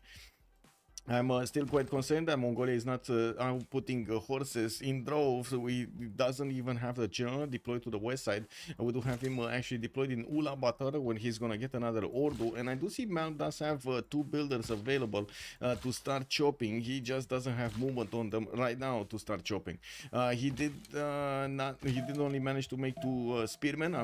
2 of these archers actually. I'm a bit surprised because I would have thought he's gonna make a lot more, because especially because of his opponent and his position here. But oh well, it is what it is. He probably was thinking that Hungary is going to come against him with a horse, and he needs to defend somehow.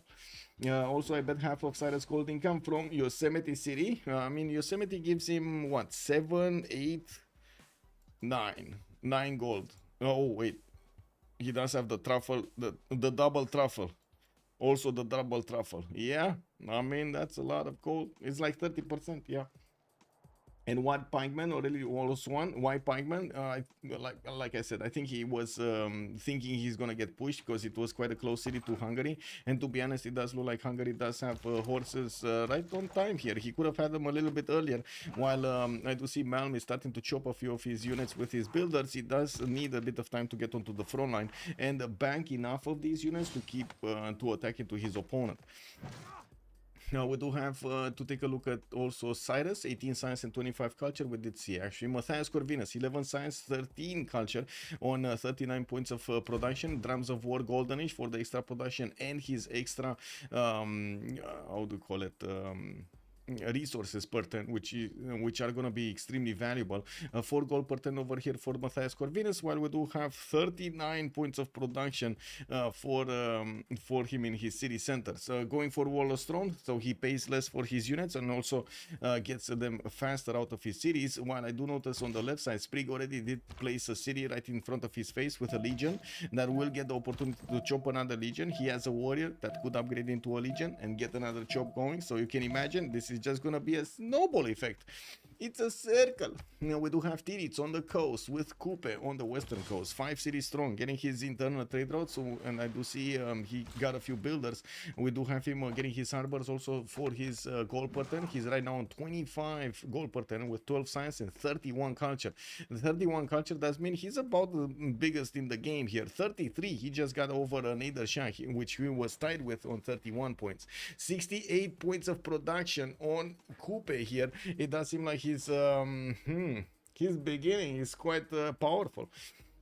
We do have Mongolia starting to get attacked by Hungary. It looks like Mikado has no patience. He doesn't wait for Mongolia to come to him. He's gonna go to Mongolia. And we do have all of his archers being deployed in the forest in the north. We do have some in the southern forest as well, just sitting over there behind the trees. Man, these are like snipers, you know, real day snipers. They just sit over there behind the trees, trying to find the nook and cranny and that perfect leaf to shoot through, so nobody sees them. We do have to see if they're gonna have some giddy suits, and of course if Mongolia is gonna smell them out from the forest. Man, that's kind of nasty, right? Whenever you feel, man, there must be an archer over there. I feel he ate some tuna. You know. Anyway, yeah, that's some magical beams right there, man. Oh my god, my eyes hurt. Anyway. We do have Nader Shah here with a pen brush and voice cold range on the right side of the map. We do have him with horses coming around, and I do notice he still didn't build a pathway, a road towards the west, towards Scythia. Even if he gets horses, I'm pretty sure it's going to be terrible to actually move them to the front line. Yes, even with the general, it's still going to be terrible. We do have him, we do need to say, take a look here. So I'm sorry, I need to actually always, every time, need to come back to this screen so we can see what Hungary is doing. Spearmen attack or getting attacked. Okay, archers of Mongolia are getting back. You do see how Malm is trying to save as many units as possible, while he's gonna need to start getting his production much bigger. Anyway, we don't have him with the Gavron Plaza even finished. It got placed down, but it never actually got finished. Okay, horses coming around. Buddha is going to need to defend his western side. I do notice a legion is coming out in 3 from Mediolanum, and I do see Sprig is going to get a 5th city there. Sprig on Julius Caesar, 9 science and 22 culture, 38 points of production with his Hannibal Barca general. He's going through towards Buddha. He does have 2 archers with him, but unfortunately he doesn't have enough units, and nor are they fast enough to get to the city of Buddha before it actually makes a defense. So many units coming up from Mikado on the left and on the right. Looks like he's bunkering down and closing down both sections of his borders here. We do have also Malm with 11 science and 16 culture in a drums of war. He did choose to go against Hungary here with his drums of war again for those extra resources and faster production towards units. While it will take him quite a bit of time to get to Keshex, he's going to need to fight with the horses in the meantime. We do have the Hungarian troops also available to soothe the city of Vatican and upgrade some units from over there to try to pressure Mongolia from that side of the northeast, of the north of Korabalgasun. Looks like we do have Mongolia trying to get in with some horses and take out the archers. So he did manage to successfully take one down, while Malm is going to need to get back and get his get his promotion there. He did lose his archers from the north, at least the scout and the archer from the north. While I do see he is gonna need to attack into these horses, as long as the horses are actually away from the Hungarian general, they're not as strong as you might think. We might actually even have Malm try to breach through and try to take out that scout over here, even though, oh yeah, no, wait, does this spearman have attack? Yes, not enough though. It's not enough though. If he does move the spearman changes as with the horse, he could actually take out that Hungarian horse from the north and get a promotion on this one, if I'm not mistaken. He just needs to attack last with it. Anyway, we do need to take a look on the left side here, because this is very important how Rome is going to try to push through. He does have another legion in Antium, and he did manage to get a warrior, did get a builder in the capital city with Warlord's Throne coming up in 5. He's putting down campuses. That's going to be a +4 here in between the mountains next to Ravenna. And I'm actually quite surprised he spent so much gold on this tile. That's 3-ring tile next to the mountain. I'm not sure why he got that. Oh, was this how he got his golden age, the first improvement on a volcanic soil tile? I think it is. I think it might be. If does Rome lose settler? I don't think so. Oh, you mean the one in Antium? He didn't. Yeah. Also platform command com hub, yes. I bet half of side is scalding out. Imagine if that volcano, oh my god, if this volcano would erupt right now, this would be quite painful. We do have Mongolia with the ability to take out the swordsman if he wants to, and also go in between the scouts. I don't think he wants to do that though. Now we do have Hungary here with his horse and a general quite exposed. I'm not sure if Mikado is well, I guess it's fine now. Mongolia just hesitated. Oh! Perfect move over there. Oof. Did you see that? Did you see Malm not hesitating for a second? He saw General move forward. Bam! Got it down. Clicked on it instantly. Didn't think twice. Sacrifice horse, no problem. General, go back home. Vastă șlange also, hello there sir, guten Abend my hair. Bienvenue. Mount Korgo, isn't excited for the party? Yeah, I mean, I guess it needs more sacrifices here. Maybe that general was just enough to see it pop next turn. We do have it excited, don't get me wrong. It's getting excited, but it's not exploding yet. It's not exploding. It needs a little bit of work, you know, it's fine. It is what it is. Sometimes you need to do what you need to do.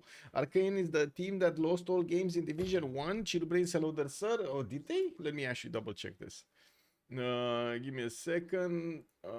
Not here. Here. Oh my god, that's a wall of text. Did you see that wall of text? That's a wall of text, man. This.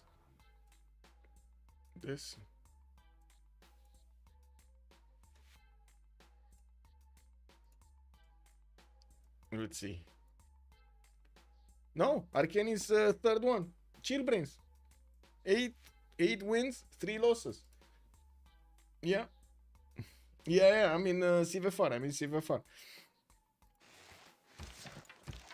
Yeah, I don't know if in CPL we can check that out also, but let's see what's going on with the moves, and we're gonna check that one also. We got more forces. Mongolia getting the builders in position to chop some more, and as you can see, Hungary does have I guess the bigger stick at the moment. We do have Hungary here also spreading out his units still in the north, which I'm pretty sure Mongolia is gonna try to make use of. We do have we do have Mongolia with the opportunity to actually start attacking and taking down these Hungarian horses with 2 shots, especially since his general is actually applying bonus points to the northern horses, and the general of Hungary is not applying bonuses to those units there. From the west side, we do have Rome starting to walk into the Hungarian borders with 2 of these legions and a general back behind him. He's getting a 4th legion out with a few more archers also backing him up. It looks like he might actually take out the swordsman in between.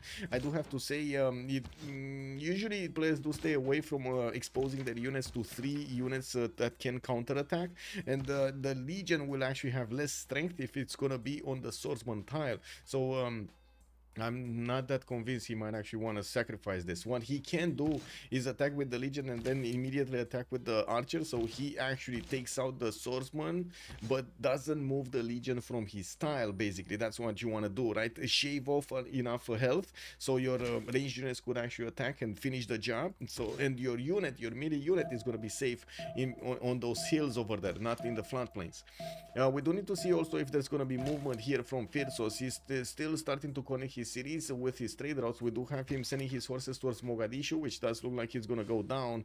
And I do know that Scythia is actually putting a pressure on Mongolia from the east with quite a few horses. Did take out his builder, while I do see Mongolia only has a few warriors there deployed on the right side. He's trying to get his Warlord's Throne, and he might actually lose his iron. And we do have a few more archers coming in from Malm, and I do notice he's starting to move them around. A bit of a problem here in the northern side. It looks like so many units from Hungary are actually keeping this border. It's gonna be pain for Mongolia to get out of this. Rome did actually choose to expose his legion. It looks like he considers it tough enough to handle it with new legions coming in and new chops also available for them. Looks like they are on the way there towards the front line, chopping as much as they can. And we got so many of them: 1, 2, 3, 4, 5, 6, 7, 8 legions at the moment that are marching towards the cities of Buda.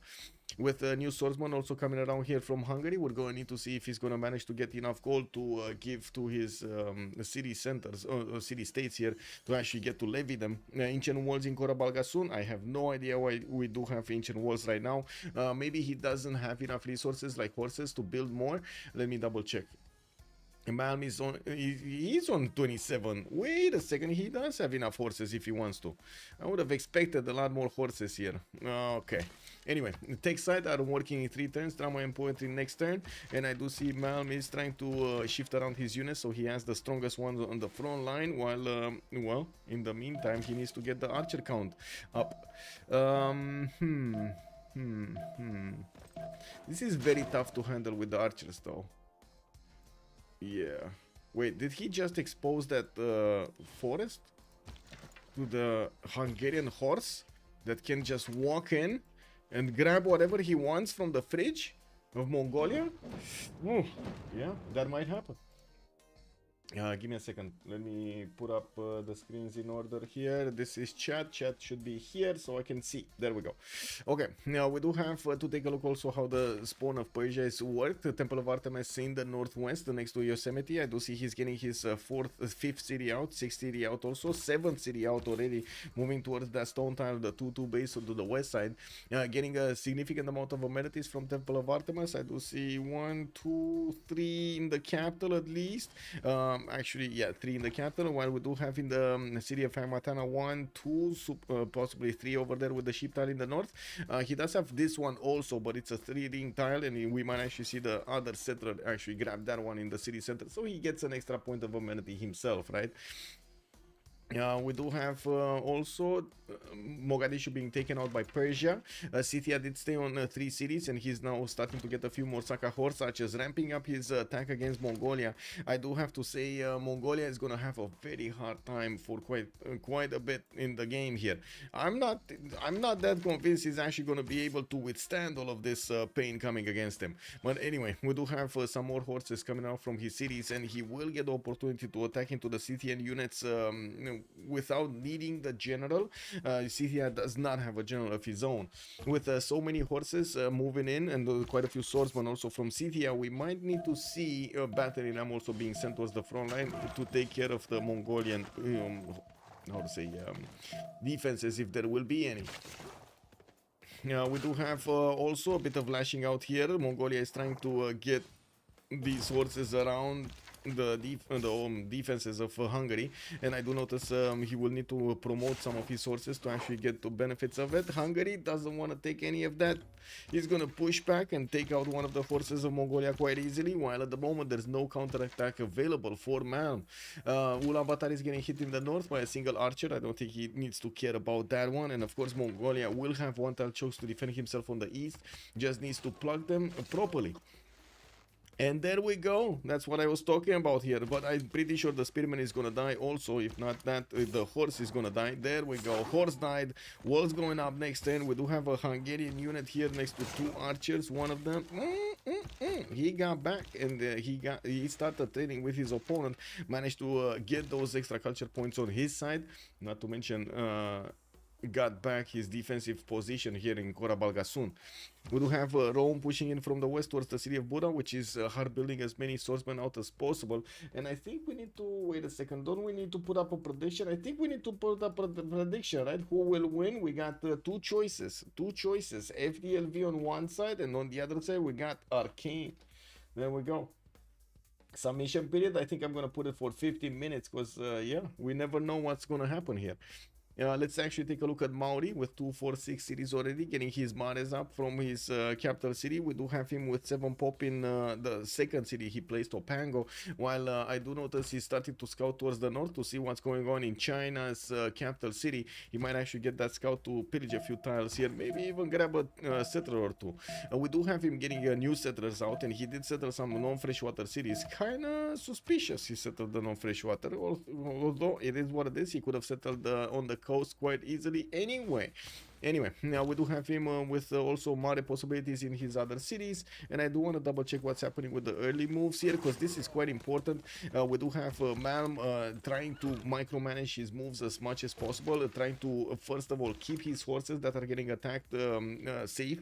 Even if they do get attacked, he's trying to move them out at the correct moment in time, so he doesn't let them die. You just saw that one promote with a sliver of health available for him. There are some possibilities of him counter-attacking, although at the moment I don't really see him choosing to do so.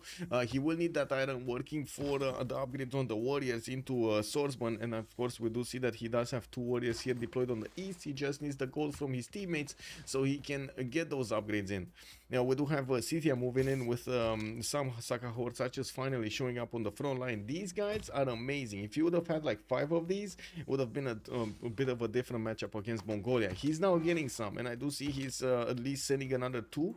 Oh no, he's actually okay, never mind. He's sending 1 to the north, 1 to the west. He's not really sending 2 to a single side. I do also want to point out we did have Hungary reinforcing more his west side to defend himself from Rome. Then he reinforced his east. Mongolia slowly but surely is actually eating away the units that are coming against Kora Balgasun. With the amount of archers that shots that he has, he's able to do the damage against these horses from afar.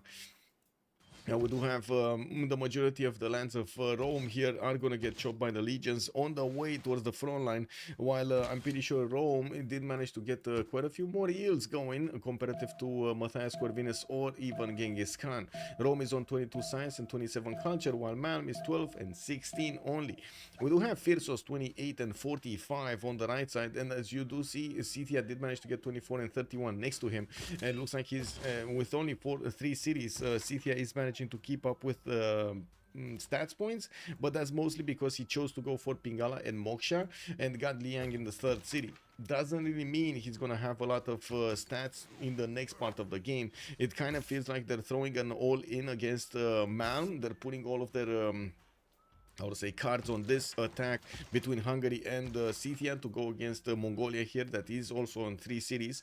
On the west side we do have Rome also getting these units close up and personal to the Hungarian capital, and I do notice he's not able to fully keep his attacks moves going, because you do see Hungary and Mikado is lashing out.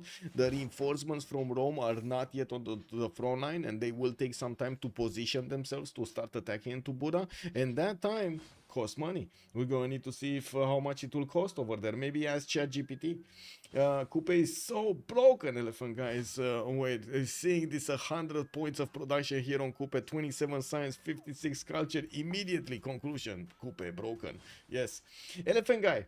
How would you go? Because I know you're big brain, big math. I know. Big brain. How would you go calculating how much the community is wasting time on bugs in Civ6? How would you go about calculating that? I did try. I gotta say I did use ChatGPT earlier to make a little bit of fun. Big brain, yeah, big brain, big math. Yeah, I mean, man, credit due what credit's due.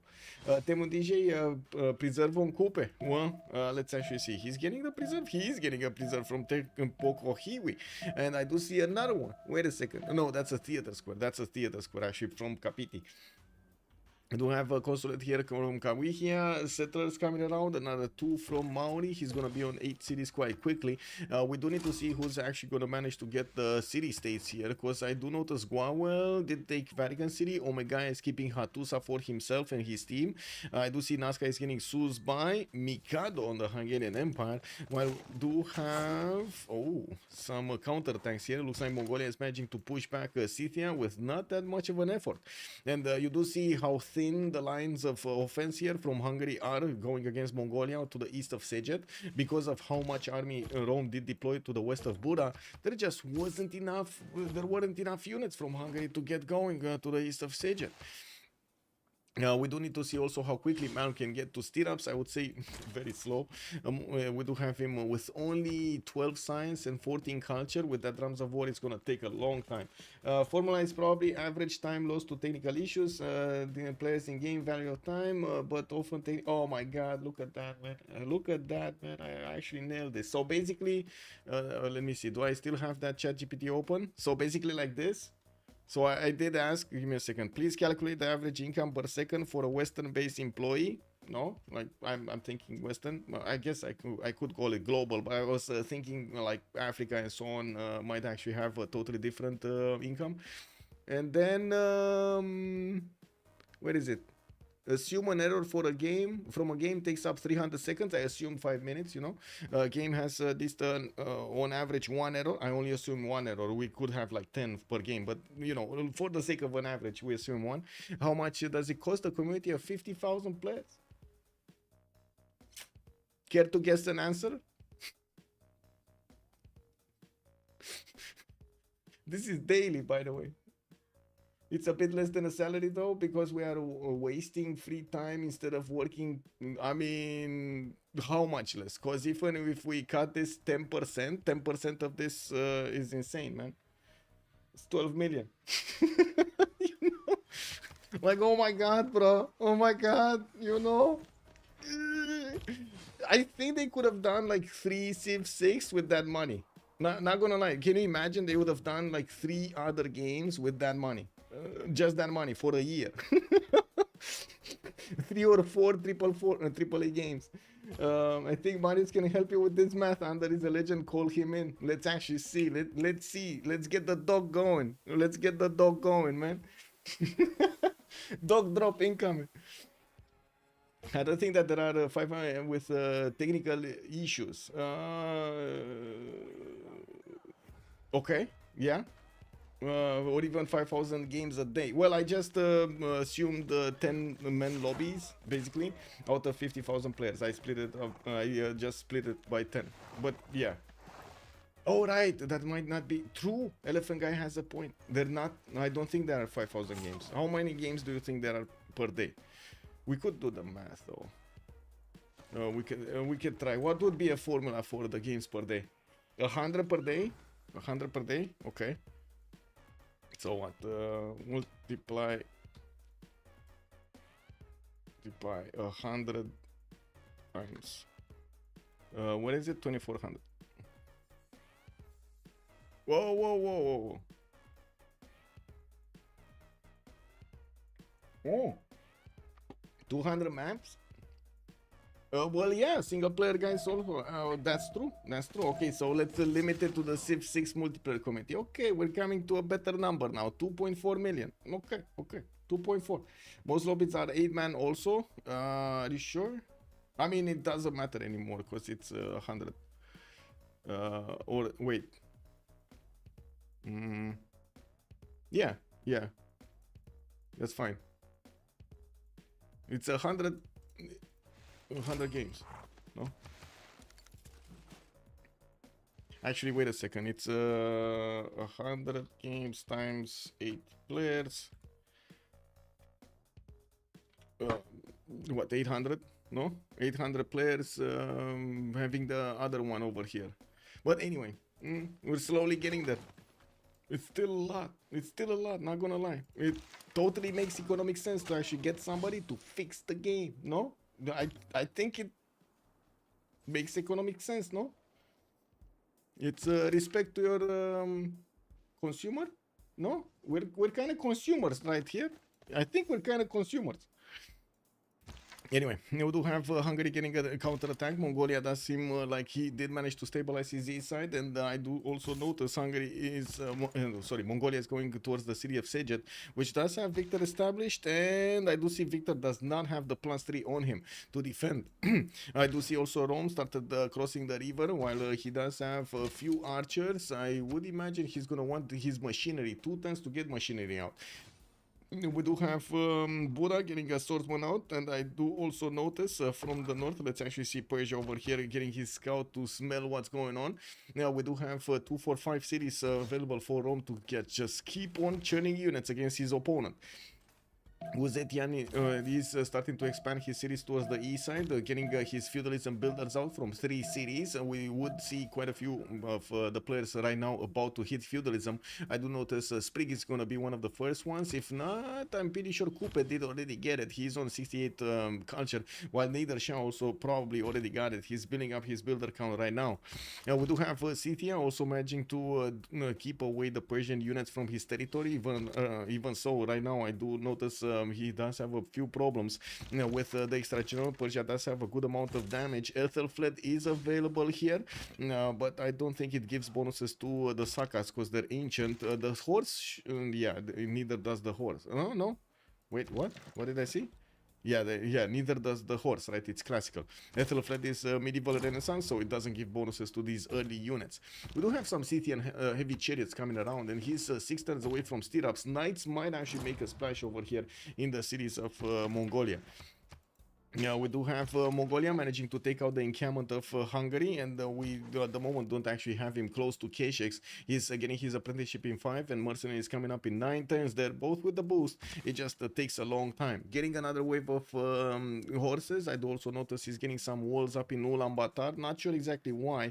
I think right now more units would have been better. Now we do also have Rome starting to spread around his army towards the south, trying to actually wrap around the units of Hungary, which I gotta say did manage to supplement his army count with the archers, or I should say with the units of Vilnius from the south. We do have these archers appearing and these swordsmen appearing on the front line, so they can actually do some damage here. There is a possibility that Rome can just slap this archer silly going into the forest and also starting to move across. We do have him with soon his machinery, although he doesn't actually have mercenaries here. His feudalism is coming up in 2 turns. We're also starting to tick down the clock until the next era. We got 8 more turns to go, and we're going to need to cover who is going to manage to get the era score. It doesn't look good for Hungary. Yeah, it doesn't look good for Hungary. But I gotta say, it doesn't really look good for Mongolia either. It does seem like the K6s are going to be quite late versus the Scythian knights, and I think it is basically the responsibility of Phyrsos to try to keep those knights in check here. And we do need to see if Phyrsos is going to manage to get enough stats and enough units on the front line, not to mention build up his infrastructure so he can actually reinforce the city of Tarsus's units with new units and be able to actually get to the Scythian cities quickly. We do have a lot of gold per turn from Arcane. I do see 79 on Omegaia, Xiffy is 42, while on the other side Titiits is going to be 37, Phyrsos 31, and then Sprig 21. Malm is losing a little bit of gold, but I guess it doesn't matter at this point. He's also not being able to actually keep his attack going. He does have a few horses with promotions that he will need to retreat and promote, while I do see he doesn't have enough archers to keep punching through the units that Hungary is putting against him. While Rome did manage to get another spot here, he's not actually moving. That's very surprising. Wait, what? This actually has 2 movement and it cannot cross? Okay, W. Okay. It is what it is. This one lost its movement. This one doesn't have movement. This one has, but it will need to cross over. And we still don't have him upgrading his archers. I don't think he's going to want to wait until he hits mercenaries. That's going to be a long time. He's getting another wave of settlers, while most of the legions did manage to show up on the front line here. We're going to need to see if the crossbows are actually going to change the dynamic of this offense against the capital city of Hungary. We do have Sprig walking in. Yeah. Okay, there we go. Crossbows coming out. These bad boys are gonna do so much damage to the Hungarian defenses, or I should say defenders. He does need probably to get either a battering ram or try to get a catapult to attack into the city of Buddha's ancient walls. We'll see how that goes.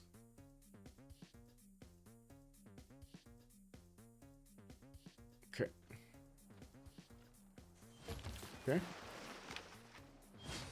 Otatarapa did get settled right in the front of Zetian. Looks like China is gonna lose one of his city spots from the south. Not that he wanted to go on the coast anyway.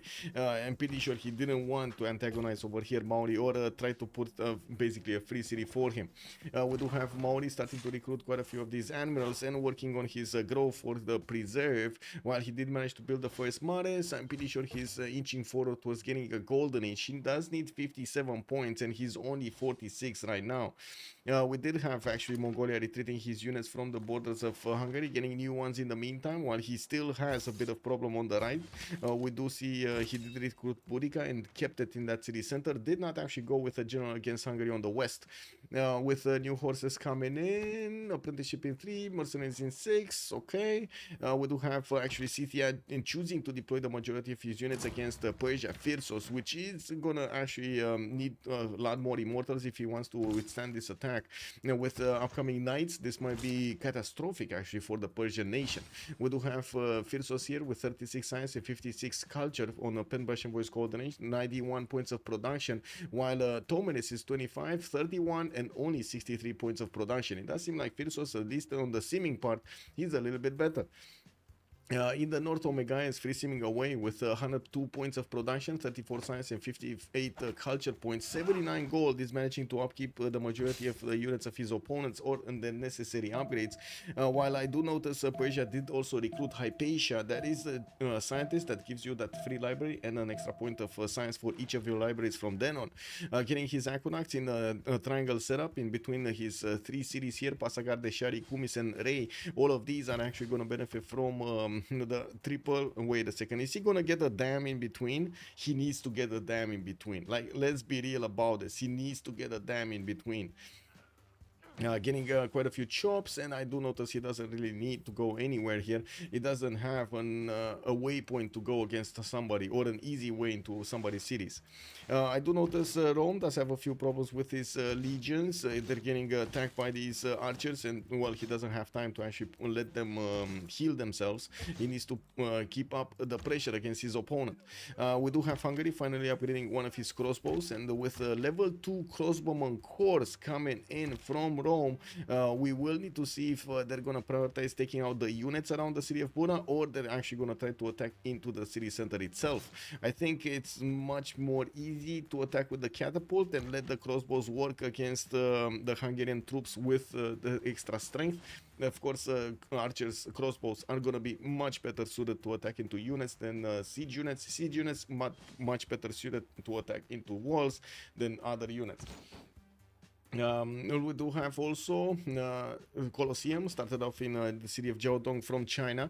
I do see he's getting some libraries, and the Xiffy is on 37 science with 57 culture, getting another wave of feudalism builders, and I wouldn't be surprised if he's gonna start putting farms all over the place over here between Chengdu and Longqi on the west side to get those plains tiles worked with a lot more food and quite a bit more production. The water mills actually are doing amazing work this time.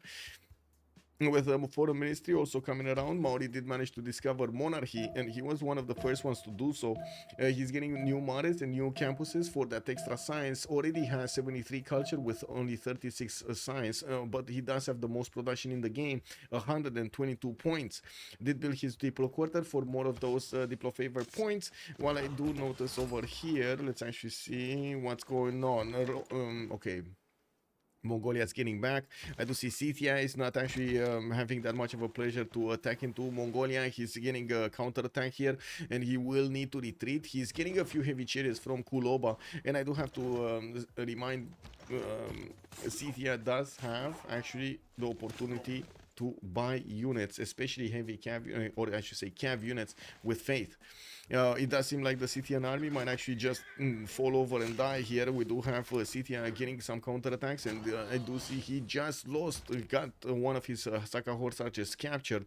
That is a win, a major win for Mongolia. A Mongolian Saka horse archer. You love to see it. Spear 2, hello there, and good evening. Also Stonehenge on Scythia next turn. Yeah, I did notice. Let's actually see what kind of religion is he gonna pick. I did not see another holy site or a holy site anywhere. So he's just gonna get the religion in Soloka. That's not his governor Moksha city. He might not get the opportunity to spread it around. Oh, there we go. That's the holy site. That's the holy site. And I gotta say, is he gonna delay getting his Stonehenge? Because that religion is not gonna spread to the city with the holy site if he's not gonna, I would say, wait for the Stonehenge. If he's not gonna get them at the same time, basically. We do have possibilities here for Persia. No, Hungary does look like he lost the timing to put a city in the north. Couldn't really get enough production to do so. He did want to go and counterattack Mongolia, be the first one there, and it looks like he has a few problems. I do see the Roman crossbowman corps did get hit by something, and I do also notice in the Hungarian capital there's now a swordsman inside there. It does seem like Rome is getting shot here by these crossbows every turn. Wait. Legion. Okay, no. Okay. Let's see what Rome is gonna do. I was expecting him to send these crossbows a little bit to the south here. But anyway, it is what it is. New crossbows coming in from Hungary. We do need to see Sprig going onto the other shores towards the maze tile on the right side.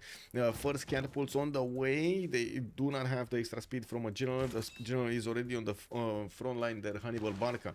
And I do have to say the walking on that maze tile is actually going to deny this, that legion the ability to have the bonus from the Great General. Anyway, a little bit more damage against the walls. We do have one of the legions getting a promotion here. The catapult is about to get through. It's just a matter of time. Probably two turns. I think 2 turns, right? Because he doesn't get the opportunity to walk onto a hill right now. He's going to walk onto a hill next turn. And then the turn after that, he's going to have the movement to attack into the city center. We do have also Zhang Heng recruited as a scientist. Let's actually see in the Great People screen. Persia is about to recruit Marco Polo. We did have Omegaia also recruit Zhang Qian at the beginning of the game. And I do notice Persia, the other Persia. No, actually, no, it's the same Persia. I did manage to get Hypatia. Yeah. Nader Shah didn't get that much, actually. Nader Shah couldn't get that much, yeah. He just got the general at the beginning, and I do see he did manage to get enough immortals to defend himself. It's just a matter of time until he defeats the initial Scythian attack. The second Scythian attack might be a totally different story. With a general and a stronger technology here, he might be a bit too strong for Phyrsos to handle. I do see printing is coming around in 10 turns from Phyrsos, 41 science and 64 culture, definitely jumping ahead of Tomeris' 32 and 35. While he's getting quite a wave of immortals, he still has a lot of chops in the Magnet City available for him to get the units on the front line there. We do have also Malm getting out of his defense of Karakorum and going against Scythia here with as many units as he can. He lost, no he didn't, actually he got the Saka Horse Archer back. Man, that's on the altar over there. Did predictions come and go? Yes, actually. We do have FDLV being significantly actually favored in the game. 98% voted for them. How much gold have Arcanes saved up? Decent amount. Xiffy actually has 350. We got 100 Omegaia, 100 Gwawel, and Mikado is 200. So I would say a more than decent amount of gold. Oh. Whoa. Give me a sec. Click, click, click, click, click, click, click, click. Yeah, so plenty for knights, Tomen is gonna get his mercenaries. That's what I want to see. I do see mercenaries. There we go. He does have mercenaries, so he's gonna have the half cost upgrades quite nicely done. Now we do have him when oh, he just got it. He just got the knight upgrade. So let's see if he's gonna actually put all of that gold in. We do have him also discovering Divine Right in 2 turns, and I do see he chose to promote the first units on the west side. Now we do see also John the Baptist did just activate the religion here, even though he didn't manage to get the holy site finished in Kuloba earlier. Or I should say at the same time. We do see also Mongolia getting catapults out from Korabalga soon. Rome did manage to move his catapult right next door to Buda. It's just 1 turn away from starting to attack into that city center, and it does seem like the capital city of Hungary is going to be finished off by the concentrated power of all of these legions after the initial wall defense is going to be taken down. It does need to take out the other units, and I do have to say there's no recovering Buda. It doesn't seem like we're gonna have strong units from Hungary able to counter-attack into its own city center after it's gonna be taken over. We also need to see if Rome is gonna deploy a few more of these crossbows towards the south, or archers to deal with the menace here from Hungary's swordsman from the city of Pest. Okay, Rome is also gonna get some campuses. Started off on his bath placement here, taking a look at the era score, because we're 2 turns away from getting the golden age. I do see Tomenis is 53-53. He nailed his golden age. We do have Zetian 50 out of 52. He's missing 2 points, and well, by the looks of it, he did finish Colosseum earlier and still needs 2 points. Okay, maybe a boat from somewhere. He doesn't have a coastal. No boat for you. Yeah. Well, I guess we'll see if he's gonna manage to get the golden. Cyrus 64-59. We do have him over here managing to get all of these theater squares for and the campuses out, while he's getting another wave of feudalism builders. We did manage to make that setup, beautiful setup, with the triple aqueduct in between his cities there. I can't wait to see all of those industrial zones get the bonuses. We do see also Hungary going Dark Age. He's 14 out of 51, while the catapult is just a moment away from attacking to the city center of Buda. We do have some more crossbows available to shoot at these legions. They're just not scratching them nicely. And I do have to say, Mongolia does manage to get a lot more attacks going against the eastern city of Szeged, and it kind of looks like he's slowly breaking Hungary. Is it only me thinking that he's slowly breaking the Hungarian defenses here? I think so. I think so. Like Rome and Mongolia are just eating so much defense right now. We got Kupe going for that golden 57-57. Phyrsos still 2 points out. Xiffy did manage to secure it, and I do notice Nader Shah here will need his own knights or coursers or something, because we do have Scythia getting his knights out, and he did upgrade a lot of them. 2, 4, 6, 7 at the moment, with a possible 8 available in Pokrovka to go for, and it does seem like he's gonna prioritize going against Tarsus first. I do see Sprig is also 48 out of 48. He does need 48, so there we go. Golden Age for Big Rome. Malm is also going to need 10 more points. Doesn't seem like he's going to get it. He does have a campus here, which is going to be a +4 in between the mountains and the city center, and of course the Gavron Plaza. Although, well, that's not going to put him that much closer. He does have one more turn, right? No, this is the last turn, so he's not getting it. He's not, and neither is Phyrsos getting it, by the way. Do you see this? Phyrsos is not getting his Golden Age. He's 57, 55. He's not getting Golden Age. Wait, he doesn't have a city on... He does have a city on the coast. He doesn't have a boat? What? Did he get a boat and we didn't see it earlier? Or he actually didn't get a boat and totally forgot that he has Mogadishu? They did have the gold to buy him a boat. Oh, actually, I don't know last turn. Actually, let me not speak of this. I don't know last turn. But this turn, they do have enough gold. Maybe he didn't have enough gold. Lithian is also saying, high roller, sir. That's how it is. High roller. That's how it's called. Also, it's alright. Only gambled on Arcane. The outcome of this game seems pretty likely. Well, let's actually see if it's going to be pretty likely. You're putting a lot of faith in Titiits Maori. And I do have to say, Persia over here, Omegaia is getting some nice stats going. We do have Xiffy also 74-52. Not bad. Not bad at all. I think the biggest issue is if Hungary falls, how they're going to recover from this, and if we're gonna keep on seeing Scythia managing to punch through the Persian defenses, oh, that's gonna be trouble. We will need to see if Scythia is gonna be pushed by Mongolia, and Mongolia will manage to actually secure over here some Scythian attention. Mongolia looks like he actually fully commits to Szeged towards Hungary by the looks of it. We're gonna have a pause in like 40 seconds for 2 minutes, so they can go through the Congress, and we're just bouncing around here while we will need to wait for after the Congress to take a look at their era choices. We got a few of them, but not always they do get to choose them at the beginning of the turn or even in the middle of the turn, so I get time to talk about them. I do notice Xiffy did jump up to 100, so I'm pretty sure that's free Inquiry Golden Age. We do have Titiits 7367 with 159 points of production. That is very big, but also Xiffy is managing to get that nice production going, 140 at the moment. Nader Shah 113 production. He does have 49 science, 64 culture. Definitely a lot more production than Scythia. Is just not managing to well, at the moment, we don't know actually. We don't know if he's gonna manage to defend or not. Oh, okay, let me see. Go B. Okay. Bonsoir.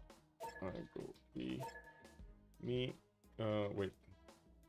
Was it? Kick.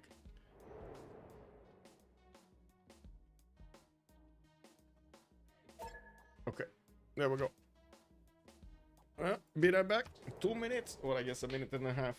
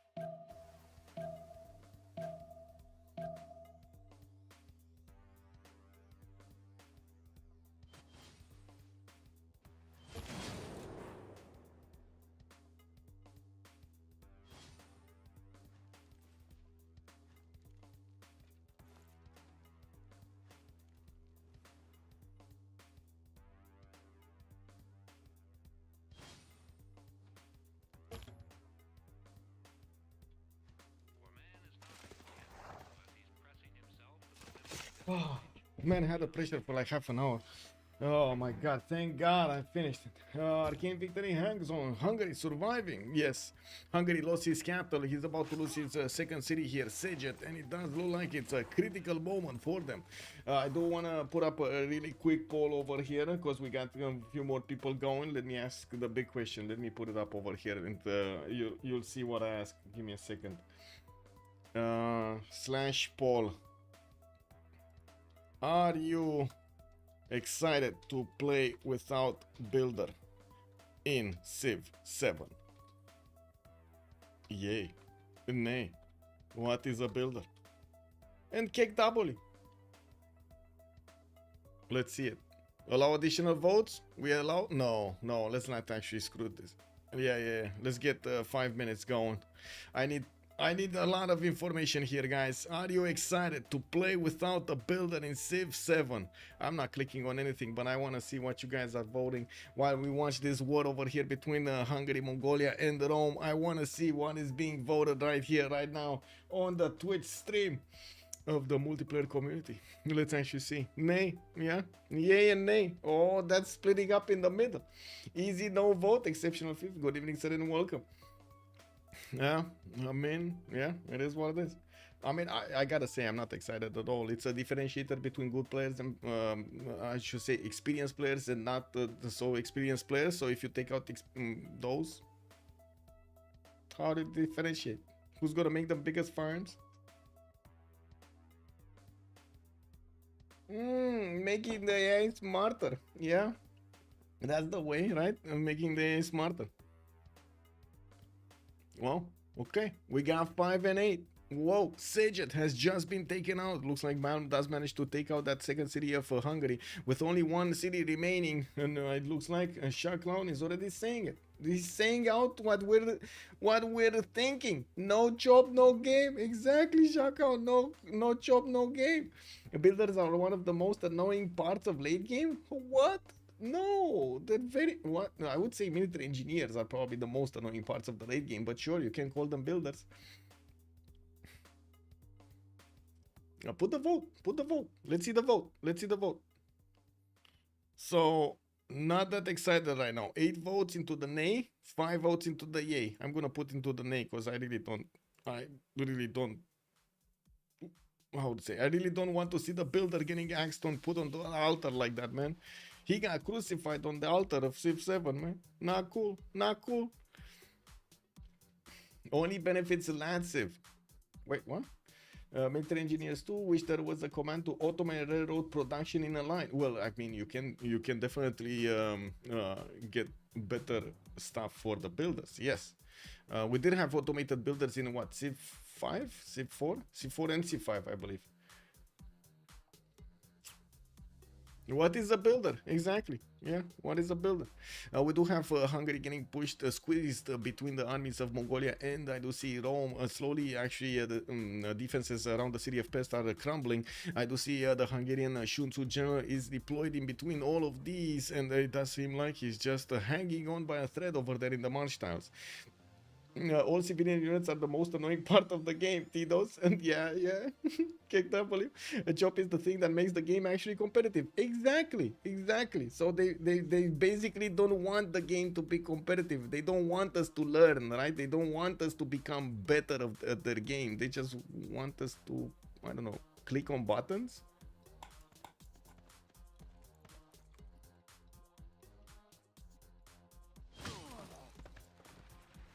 Soon, this is the meme, right?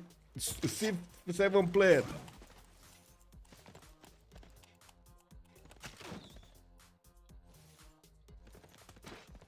Yeah, that's it. I'm curious if I'm gonna turn into that one. Let's actually see. We do have Mongolia with, of course, a lot more damage done to Hungary here. And I do see we do have, how to say, Rome's catapults still needing to make their way towards the south. Mongolia just took out one of the builders of Hungary that was about to chop a tile for the walls. The walls did not go up. The Roman swordsmen are also managing to get into position to start attacking into the Hungarian swordsmen, which at the moment, yeah, they're getting shot down. Catapult about to walk in. We do have it closing in. And I do notice Rome has enough units on the front line that he can keep on pounding on his opponent. No return there. We do have Scythia actually getting counter-attack. Persia is managing to put these immortals to the text, and it does seem like the Scythian knights were not clumped up properly, so they did lose their position here. We did have a general. I don't know where the... Oh, yeah, there we go. Ethelfred is here. Does he not have enough strength? No, he doesn't actually have that much strength to attack into the Persian units and taking them down entirely, and especially since these Persian immortals can shoot with the ranged units and with the ranged attack and don't actually suffer damage on return. That's a problem. Also, Eric, hello there, sir, and welcome. Agru Gru, he took Venice North. Oh, beautiful. We do have, there we go. Thank you so much, Agru Gru. Much appreciated. He did actually take one city from the north. Looks like Omegaia has kept Mikado alive in the game in between him and Zetian. We do have Maori getting 1-2 in Otatarapa. It would have been quite interesting if we would have seen some D-days coming around, disembarkment attacks against China cities. He only has a single knight over there, and I do notice we do have Maori with a religion, but we do need to see what Scythian religion is. Defender of the Faith and Zen meditation only has it in the southern city, and I do see he still didn't actually finish his first holy site in Kuloba to get that religion activated in both. We do have Persia getting knights of his own and starting to get a few more settlers going. While I do notice Scythia is being torn apart here, it does seem like after Mongolia is going to finish with Hungary, it's just a matter of time until he's actually going to punch through Scythia's defenses also. And we got an answer.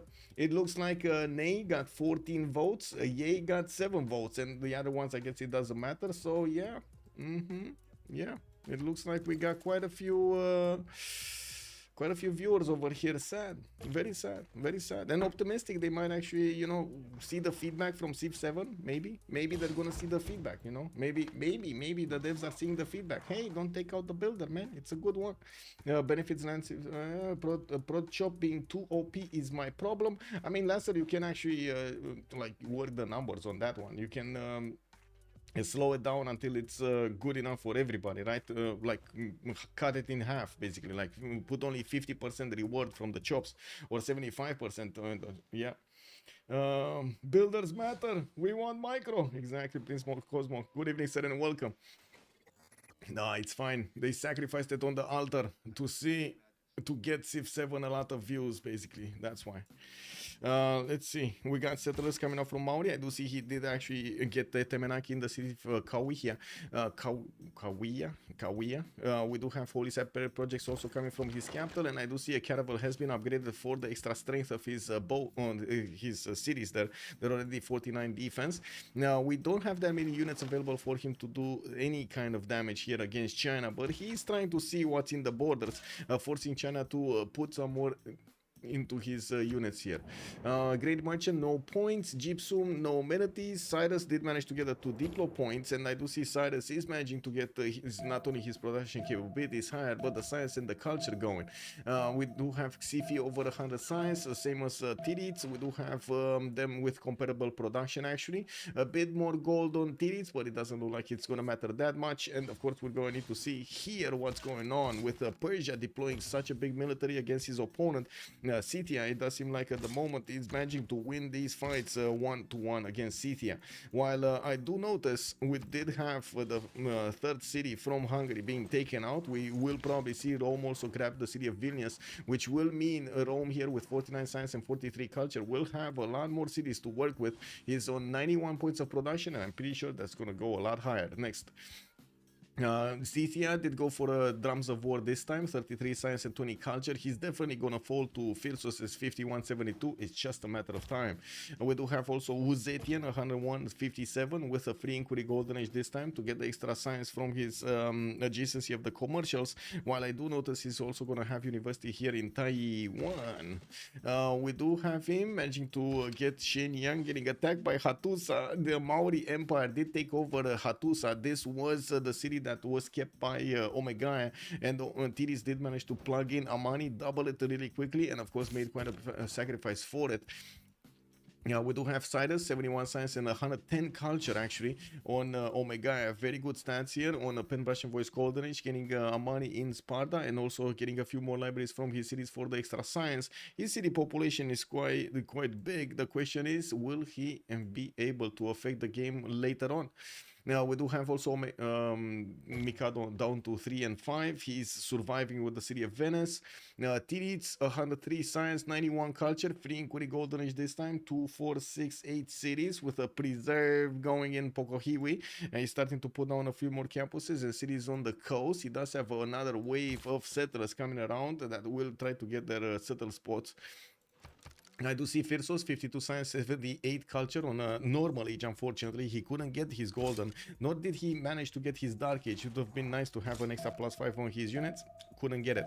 Although I do have to say these immortals are gonna start shooting down the knights slowly but surely. Let's actually see what's going on here. There we go. You see how these immortals are just chipping away at the strength of the knights, not really caring that much about the counter attack here. Let's actually see how things are gonna go. This immortal needs to move back. Yeah, there we go. Make a line, basically. Not allow his opponent to attack with 2 units. Although it looks like 1 is gonna be enough. Kick W. 1 was enough. Uh-oh. Well, let's actually see how Phyrsos is gonna get to big brain this. He does have a few more knights coming around. And I do see he did build the road between Tarsus and his capital, so he can reinforce the front line a lot faster here. Yeah, we do have also Sprig, 51 science and 47 culture. I do notice he did acquire the cities from his opponent. He did take over Vilnius as well. That will free up all of the Mongolian army to move on to the west side and go towards Scythia, which only has 3 cities. And as you can see, we do have intelligence agency coming up in 5 turns here from Mongolia. He did manage to recruit, get the city of Sejet here, and I'm pretty sure he's not that far away from getting his Keshex. Now, we do need to see when that will happen, though. And of course, intelligence agency giving him a spy to plug into Scythia's territory. Oh, there we go. He does have K-Shakes. That's just amazing. Yeah, well, Malm here does only have 28 science and 19 culture, 49 points of production. He's struggling to get a few builders out to start improving some more of his territory or chop what is remaining to chop. We'll see if these will give him enough units, these chops or the extra production or the next part of the game. In the next 10 turns, he's going to have enough units to go against Scythia and maybe break the defense of Soloka. We do have Persia also needing to finish off the Scythian knights. I do have to point out Scythia won't have that much production to get all of his knights. I would say reinforced, basically reinforced. Plus a keyboard and a mouse with modified interface. What are you talking about? Wait, apparently Civ6 has a pretty strong user base on Xbox Series and PS5. What does strong user base mean, by the way? Not so much on Xbox One or PS4 because of frequent crashes on maps larger than standard. Oh, makes sense. Really, with this UI, I mean, the UI on Civ7 just looks terrible. Man, I have, like, not gonna lie, guys, imagine I have a big screen, right? It's a 4K screen, it's 42-inch. Imagine putting that UI on this screen.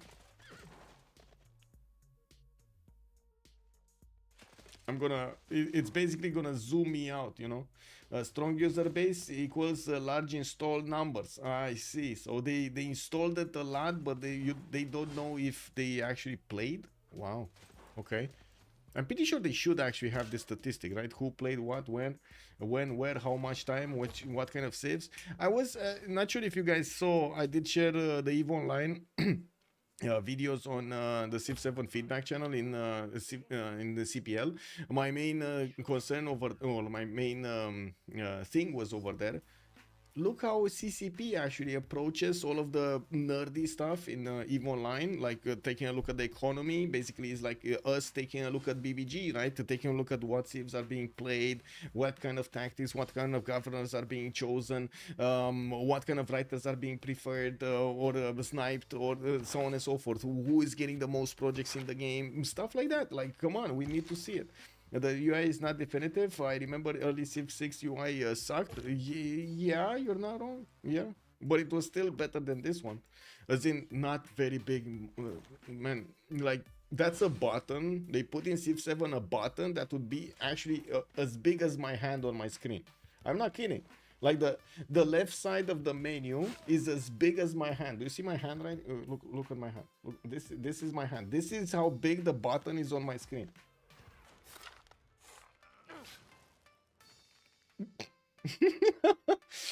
Is Kabul attacking Cyrus, Persia? Kabul. I mean, yeah, but it doesn't really matter. Kabul does have a lake in between Persia and its city center, so it doesn't really get in there. Settler Rome in danger south. Woo, woo. Where?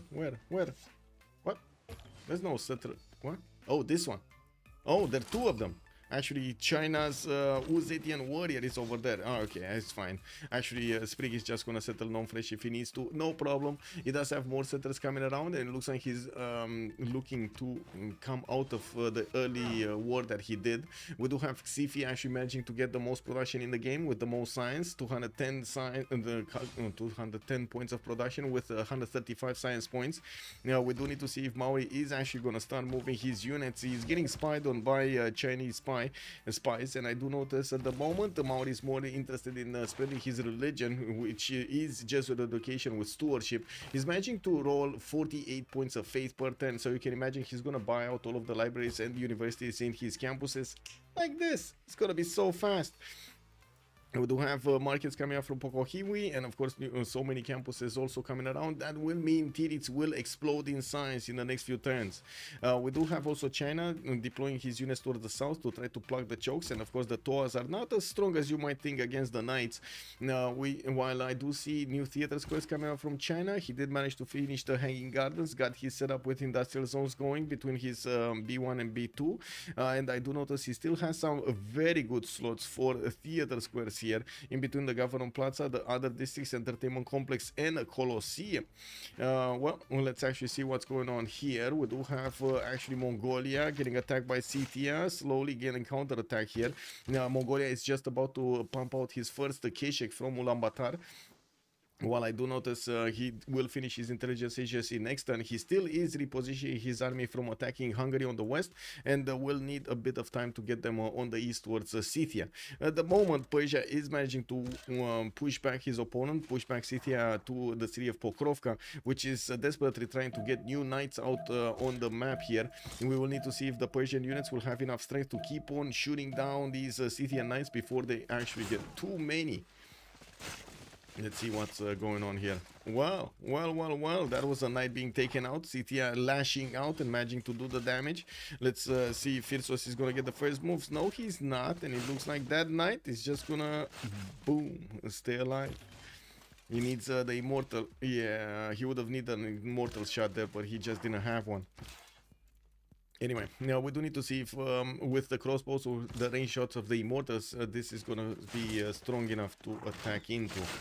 We do have some knights in the south getting a counter attack. Scythia did retreat his knights from going towards the cities of Persia, while I do notice Persia will get the opportunity to take out one of the knights this turn with one of his crossbows. He just needs to move it there in the south.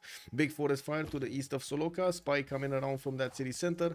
First Kesheks also on the battlefield will allow us to see the damage against the Scythian units. They're doing amazing work. We do have them two-shotting the Saka horse archers and about two-shotting the swordsman. Now I would imagine also the knights are gonna have quite a bit of there we go, quite a bit of wow, weaknesses. Big button is good for accessibility. Yes, for my feet.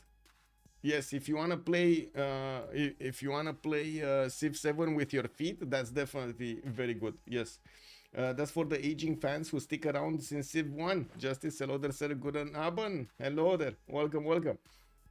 Is Kabul attacking Persia? I did answer this, yes. Oh well. Also, YFW, not to bring up, give me a second so I can put it up on the screen over here. We got a comment on YouTube, not to bring up Humankind a billionth time in comparison, but in that game without builders, it tended to have long city production queues and endless end turns for me. Did anybody experience the same thing? Because I'm imagining exactly the same thing that happened in Ara and in the Humankind. It's just gonna be boring, you know, like really boring. You might as well play Sudoku, it's more fun. Anyway, it is what it is. Yeah, I totally agree, YFW. I totally agree. It does seem like it's gonna be problem. Yeah. EVE Online, what's with EVE Online? EVE Online is a lot of things, but it's not that boring. The Sudokus are lit. Yeah, there we go. Keyboard knows. Yeah. Sudoku Players League. Woohoo! Yeah, it's a lot of resource management and long time frames for things though. Yeah. If you're talking about, wait, what are you talking about? You're talking about EVE Online, or you're talking about something else? What's a lot of resource management and long time frames for things?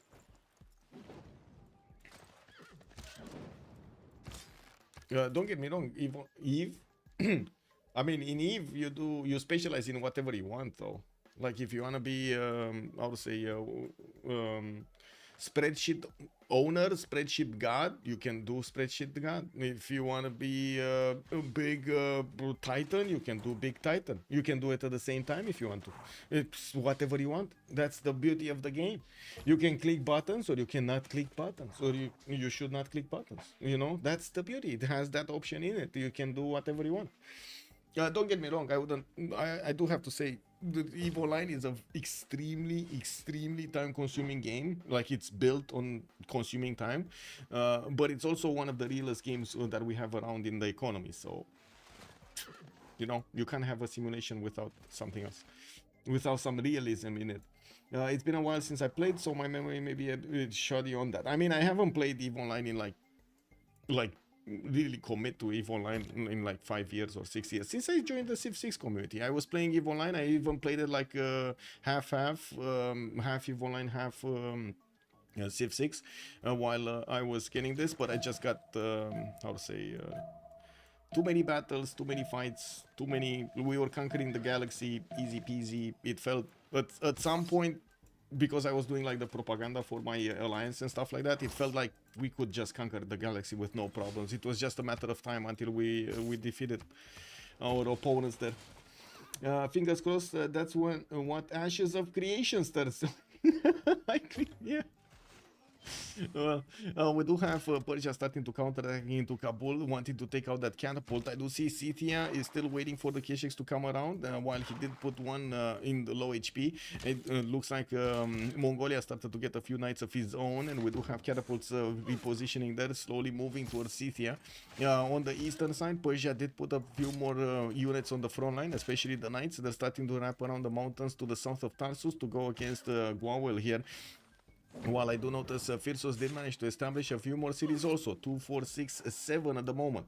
Also Rome, Sprig is gonna put a few more cities of his own, getting his Great Bath going, getting a few universities, also banking on those era score points. We're 9 turns away from seeing the new age. I'm pretty sure he does want to get that reform the coinage going.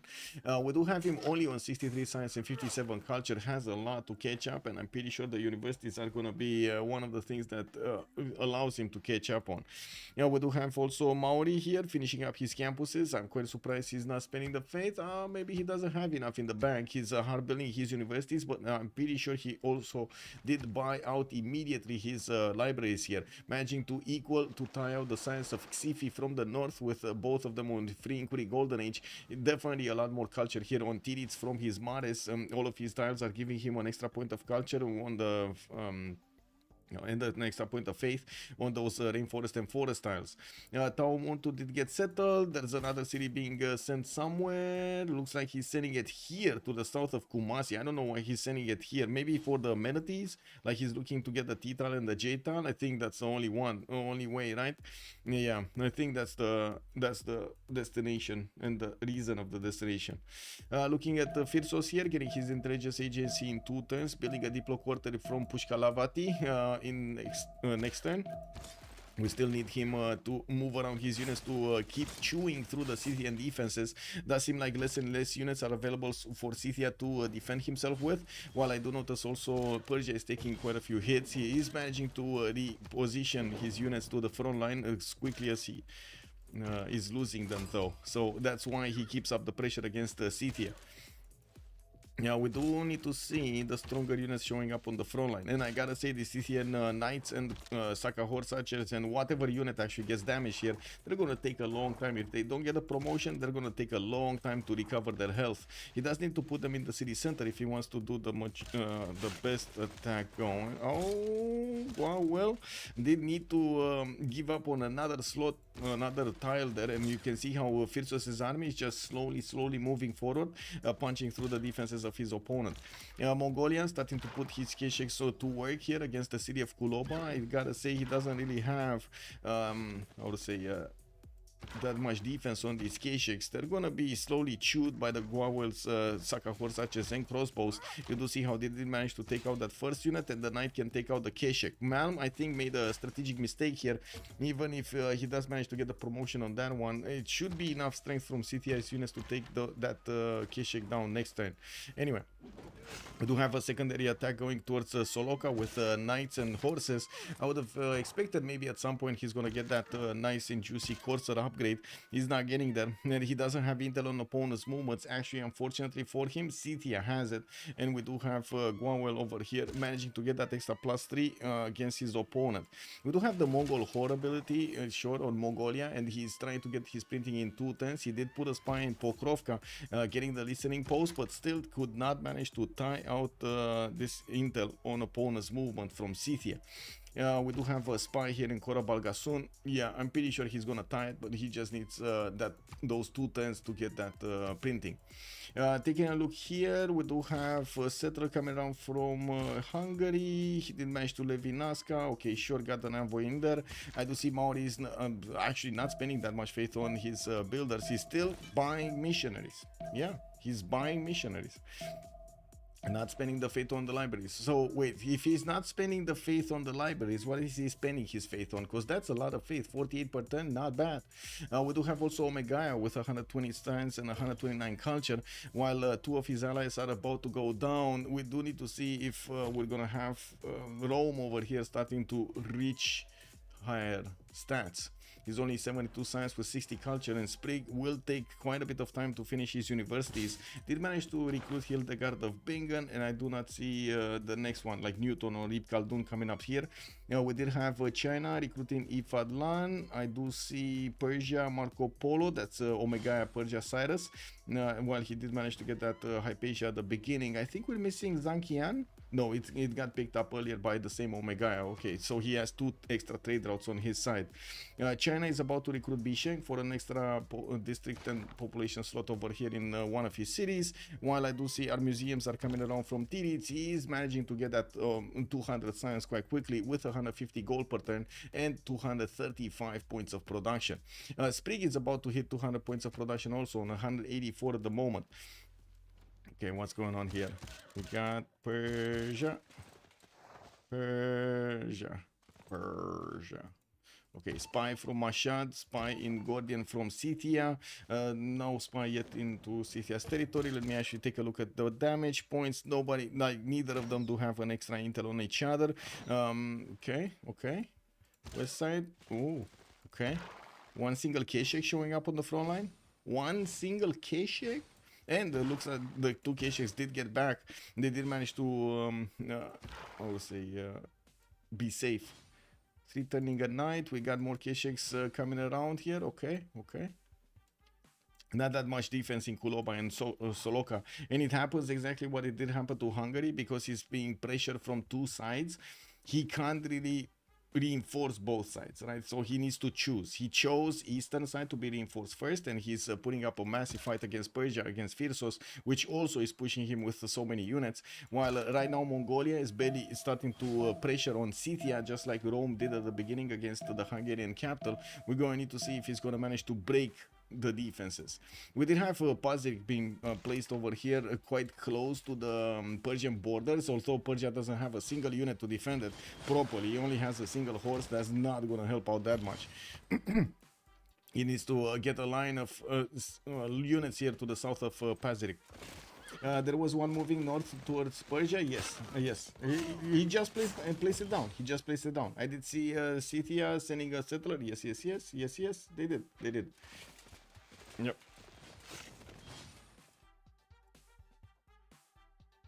Okay. See. So Mongolia did manage to get closer. It took out one of the knights, but now he's gonna lose one of his knights. And well, we do see on the western side here, Scythia did manage to get 4-5 crossbows to counterattack with a single knight. This is gonna be extremely painful to actually attack into that city center if he doesn't have multiple K-Shakes with multiple knights around. And the general, he does have the general, he just doesn't have the multiple units. Looking here, commercial hub investments from Persia. We do have the governor one, Irina of Athens. Galilei is going to be the next scientist. That means we're still going to need to wait for Newton and Ibn Khaldun to show up. Otarapa, universities, Titiits, getting universities. Okay, did jump up to more than 200 science, and I do see him keeping up quite nicely with Zetian's production. While I do see also more spies are coming out from Xiffy. We did have a few of them showing up here in the cities of Maori. I think one moved away somewhere else. I'm not sure where, but he did. Oh, in Hattusa. I think, okay, he's trying to take out Hattusa. That's a 72 defense strength city. I don't think China has a unit that can even scratch that city center at the moment. Even with his crouching tigers, he's barely dealing 33 damage against Hattusa 72. And that city does have ancient walls as, well, the normal ones, the 75. On Persia, more knights coming around. He's 220. Oh my god. Oh my god, this is beautiful. Oh my god, this is beautiful. Look at this, boys. Ooh, we're in for a treat. We're in for a treat. Uh-huh. Uh-huh. Yeah. Let's see, is Phyrsos trying to get to calves? No, it's fine. Nationalism coming up in 5 turns. This is the attacking force. He's gonna arrive here in Susa, and does seem like he will have a few one-tile chokes to go through, but the roads already got built. Persia did manage to connect all of those pathways, and you do see these are a little bit higher in level. Those are what, the normal roads, or what? I'm not sure exactly how to call them. Renaissance walls, how roads, not walls, right? They have an extra level above the normal roads always. Persia. Anyway, we do have Scythia moving closer. We do need to see his knights managing to do the damage against the Scythian units. While I do notice Scythia did take out that knight from Mongolia on the western side. Looks like Mongolia only managed to save one of his knights out, and of course he still needs to go through the defenses of Soloka with an encampment finish with the walls up. And of course we do see more crossbows coming around from Scythia. It's not going to be easy to actually chew through this defense. His catapults are on the way. It will take them time to actually take out those walls there in the encampment and then move forward towards Soloka. While I do have to say, at the moment the production queue of Mongolia is quite shy of getting what he wanted. I'm actually curious if they're gonna want to invest into some heavy chariots, actually give away all of his iron so he can get the heavy chariots and upgrade, because the gold, they kind of have the gold though. Sprig here only 17 gold. I do see him getting campus research projects, and I do see him managing to get over 100 science and 66 culture, also 208 points of production. More encampments coming in. He's getting so many cities. He's on 2, 4, 6, 8, 10, 12 cities at the moment. Definitely the biggest empire right now in the game. With 5 times for intelligence agency from the capital city. We do have him with Hildegard of Bingen trying to take a look, sniff the north over there next to the mountains. While I do see he's keeping some units to the north of Durekortorum to not allow any Chinese units to come and harass him. Why are they so mad at Tommy? I mean, I don't know. Tommy made them dirty, maybe? Did them dirty? Who is using Muscat? Muscat is Xiffy, China. Daniel Dingo also, hello there sir and good evening. Who is this chat playing one city challenge? Painter Q, good evening sir. That is Mikado. The biggest of the chats, actually. The chatters of the chats.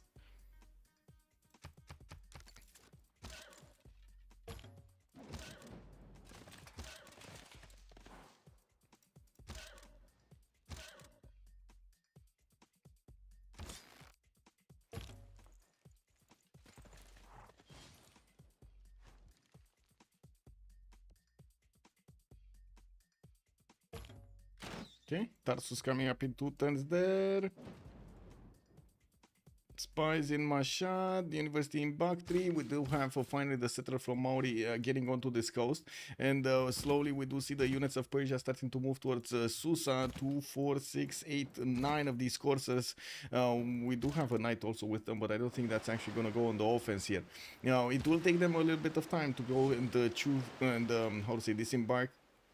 I don't think he actually knows about how the territory looks like, but I do want to double check. Yeah, he doesn't know there are mountains and one-tile chokes from the east to the west. This is not going to be an easy land to actually go through. All that Persia needs to do is put a knight on that spice, and that's about it, or on the 1-4, and that's about it, right?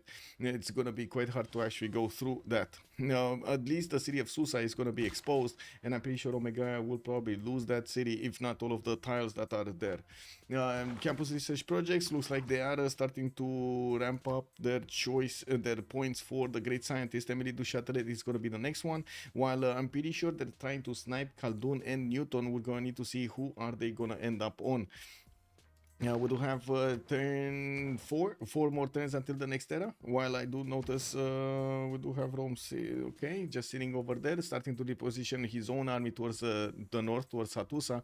And I do see Omegaia is still, wait, is he getting, wait a second, is he actually getting beaten by Kabul here?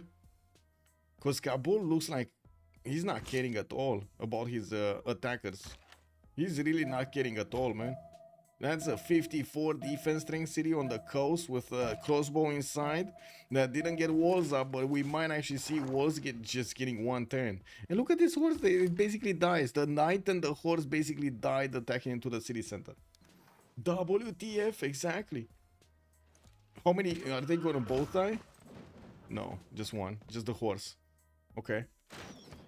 Well, that knight doesn't have a promotion, and if it attacks again, it will certainly die.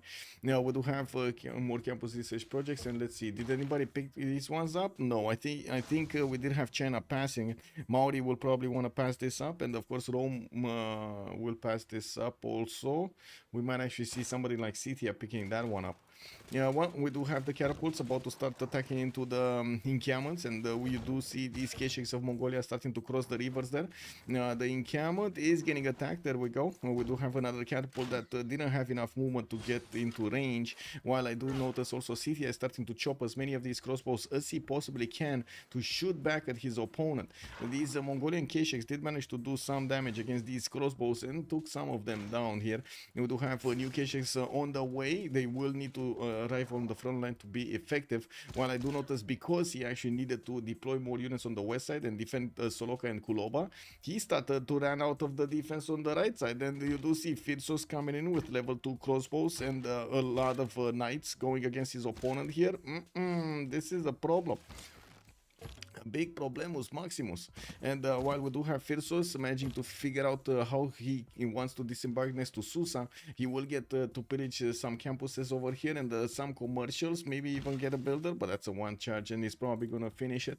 Try to improve the spy style there. We don't have any units from Persia to try to fend off an attack from the right side, and he's trying to actually get as many seeming abilities going, or I should say seeming as much seeming done, so he gives his lead, or I should say keeps ahead of his opponents.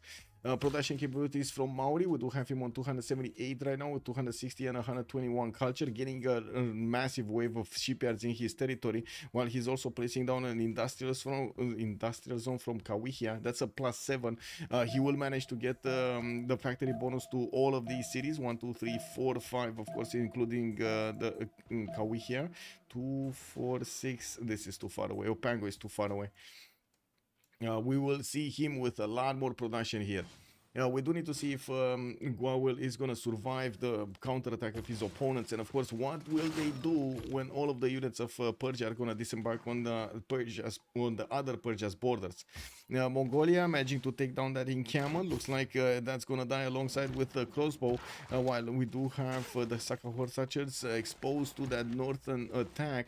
We do see them not caring. He's just not caring. He's attacking directly into the city and crossbows and taking them down as quickly as possible. Curtis Love, very enjoyable fidget spinner on Persia. Yes, sir. Did you see this? You see this?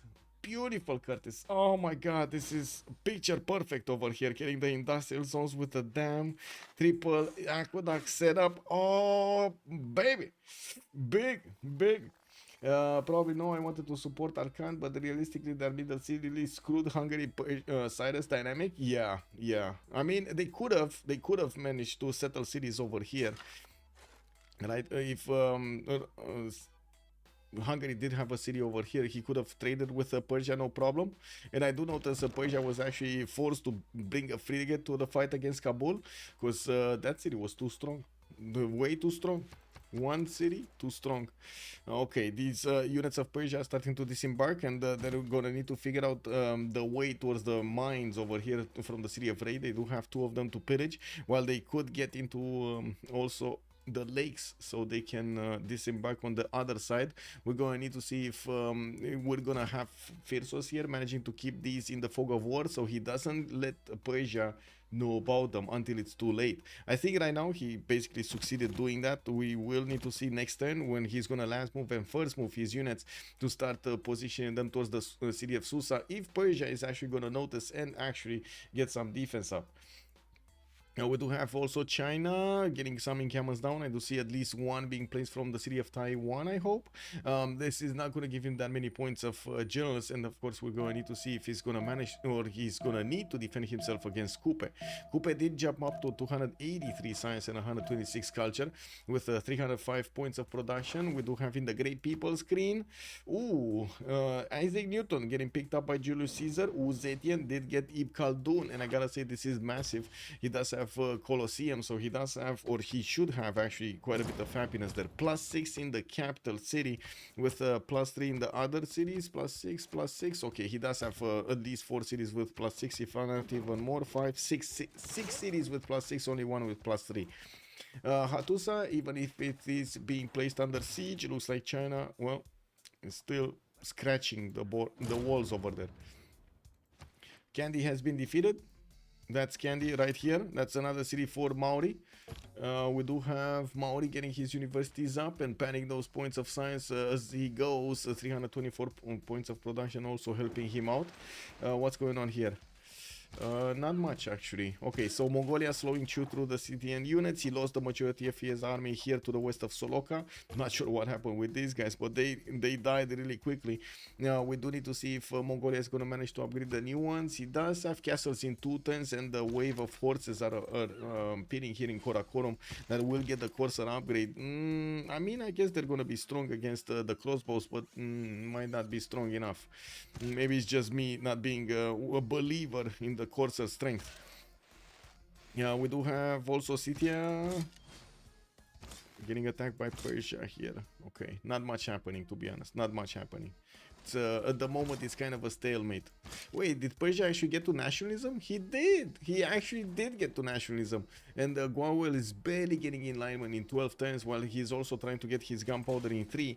Now, unfortunately for him, he doesn't actually have a melee unit that could upgrade into a musketeer, so he's just gonna get that for the sake of getting that, basically.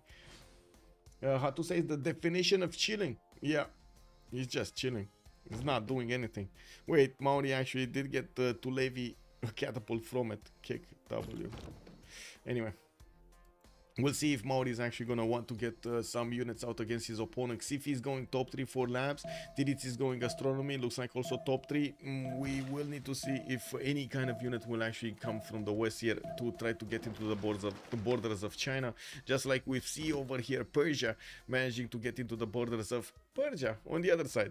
Ancient walls coming up in 2 turns. We do have Phyrsonian corsairs managing to disembark next to the city of Susa of Omegaia, and well, right now they just need to get going. Can they? How far away can they get? This one is gonna need to get here. This one is probably gonna need to disembark on the 2-2, and he's going for the mines. Yeah, there we go. Putting yeah. This one in the water. This one is, I think it got attacked by Armag or something while he was in the water because it lost a lot of health. The walls are gonna go up in 2 turns, and the question is, can they take that city center next turn before the walls go up? They might. Actually, there are 1, 2, 3, 4, 5 units that could attack into that city center. We'll see if that's enough with Corsair strength. Okay, Mongolia, night. All the catapults just standing around. More Kesheks going towards the city of Kuloba. I do have to say Soloka is quite defending. It's very hard to actually go against that city center. Much easier to go against Kuloba. And as you can see, Persia is managing to get more of these experience points on the crossbows, making them tougher to handle later on. So did Scythia did manage to get some level 2 crossbows of his own. These are very good units to use on the defense. And or offense, of course. A wall is coming up in Kabul just as the city center was about to go down. It was less than half HP, and the walls are just gonna casually get up. He does have an encampment that could keep on shooting the frigate. Oh my god, is he gonna take out the frigate next time or something? That would be very funny. Looks like game is over for Arcanes. Sabir, hello there, sir, on YouTube. It might be, we'll see. I mean, as you can see, Xiffy and Omegaia are trying their best to actually come back into this game. I do have to point out we just jumped into the next Congress, or I should say the next era, and we do have Titiits managing to keep his lead in the science screen. We do have Sprig managing to get to equal Cyrus here. He just needs a lot more culture, and I'm pretty sure he's gonna get it. About the same production points, 260 versus 300. While in the era score screen, we got Dark Age, Normal Age, Dark Age, Dark Age, Golden Age on Titiits, Dark Age, Normal Age. So Titiits will have that reformed coinage, and he's on 245 points of gold per turn. He's managing to make significantly more, like double the amount of points his opponents are making per turn. Let me get this Congress, and we're gonna be talking after the pause.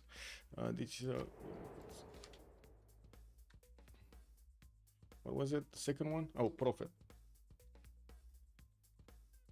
I did put the Prophet, no? Yeah. Okay. Alright, go B. Okay. Be right back. Let's actually take a look at the big mess over here. Big mess. Biggest messes.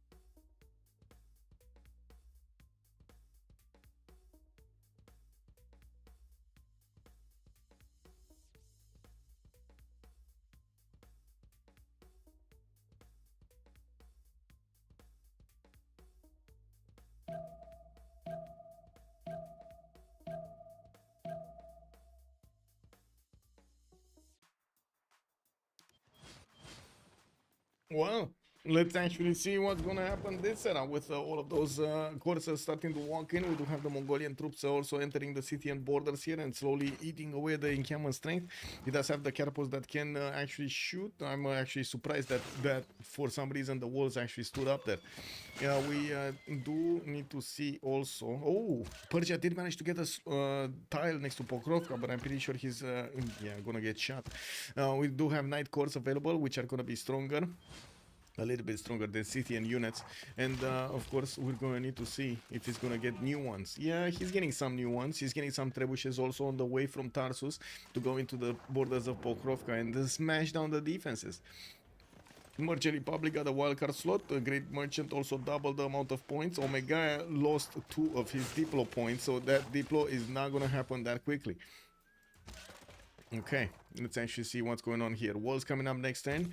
Persia did manage to get 2 units to defend his city of Susa, and of course the Corsairs do have the pillage ability on their side. We're going to need to see if they do choose to pillage or do something else. He could keep on going, by the way. This Corsair can get into these Corsairs can get into the water and keep on moving towards the main cities of Persia, putting his beautiful setup in danger with industrial zones. That's a lot of gold that Persia can actually acquire if it gets those hoofs on the industrial zones.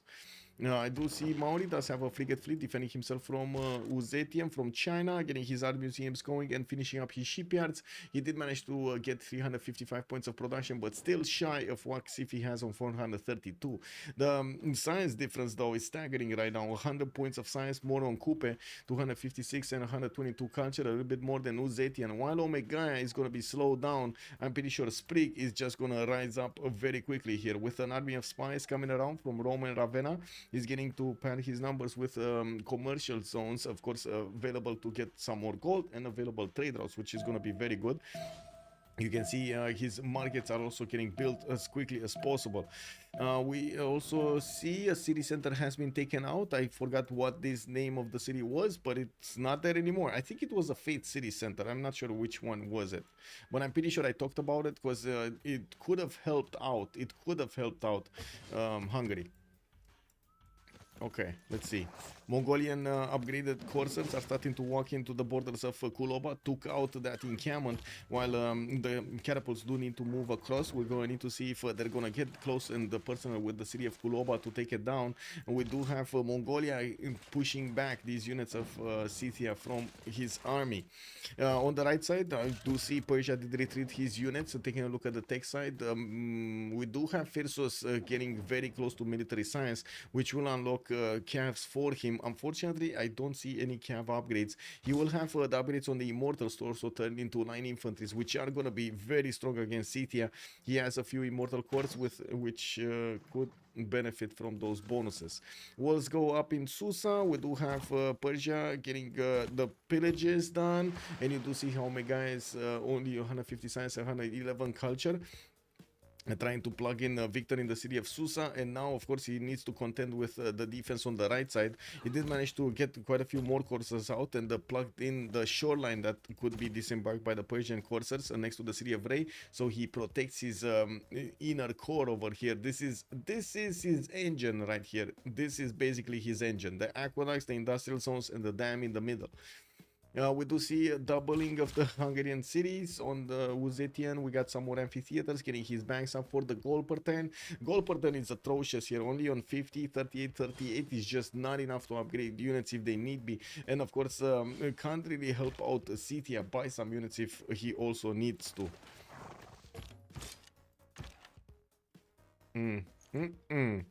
Banks coming out also from Phyrsos, from Nader Shah. We do have him sending more coursers and the courser cores actually towards the north. Just wants to keep up the pressure against his opponent, maybe even take over the city of Susa soon. He can do damage to the wall, slowly chip away with the courser strength. You can see these okay, some damage. 5% damage is some damage, not a lot, but they don't take a lot on return. That's the important part. Ooh, this courser has a problem. I like when Michael takes that break because he kind of needs that break and comes back on the spot. Yep. I need to move my feet. Okay. Mongolia. Can he actually take Kuloba down in this turn? I don't think so, no? There's not enough damage, no. But he's chewing through the units of Scythia very quickly here. And it looks like he's starting to promote some of his K-Shakes, getting the position next to the city of Kuloba to start shooting down the city with his K-Shakes. Looks like they do have enough damage to chew through that city wall without the catapult shooting, even though he does have one coming from the south. More of these coursers walking in. They can two-shot the crossbows if they do get to cross the river, and I'm pretty sure that's what his plan is going to look like, trying to take out these crossbows as quickly as possible. A new knight has been chopped. Gwawel is trying to use every little bit of advantage that he can get from his territory to keep this intact. We do have also Phyrsos still needing to get his units out. And because he deployed those units towards Persia, he slowed down Persia, yes, but he didn't have enough reinforcements to keep on attacking Pokrovka. He allowed Mongolia to start coming in to help out with this, and of course we do see new knights coming in from Mongolia, while we will see all of these K-Shakes chew through the defenses of Kuloba. We will need to see if this is going to be enough to take out that city in the next 2 turns. There are a few counter-attacking Scythian units, and I do not see at the moment Mongolia managing to do enough damage to push them back or withstand them. Basically his courser might get taken out next turn. Knight also is quite in danger. You do see the knights of Scythia are stronger than the Mongolian units, even if they are on the same level of intel. Not a problem, the knights of Scythia are still gonna be stronger. In the Congress merchant, great merchant, I see this. We do have Rome managing to get a lot more science, 153 and 59 at the moment. Still needs to put out theater squares. Doesn't seem like he cares at the moment. You do see how many farms he built. This is so he gets as much population as quickly as possible. And we're going to need to see if that is actually going to serve him well. With Kupe running away with the game, we do have him on 275 science, 131 culture, gunpowder in 1, colonialism in 1, getting some more frigates. And I do see he's upgrading his coal power plants. Remember, he already got his shipyards in most of his cities. It's just a matter of time until that production just goes woo. We did have him settle a city, Taupiri, and he did manage to use St. James of St. George to increase the wall defense in that one. We do have Phyrsos, his ally, managing to core up his Corsair units next to the city of Susa. While I do notice some of them are actually getting damaged here, they did manage to pillage all of the mines. 1, 2, 3, 4 mines with a commercial and a campus, but that campus didn't have a library in it, and neither did the commercial have a market in it. New coal power plants coming up from Omegaia. He's staying on 148 science with 121 culture. 375 points of production. Does look good though. And he did go for industrialization. That means top 3 discovery. That means not very close to cuirassiers, not very close to steel. We do have Mongolia getting his new spies out and pushing in Kuloba. Kuloba's walls are about to go down. Mongolia does have units attacking to these Scythian crossbows, and those crossbows did expose themselves out of the borders of Soloka.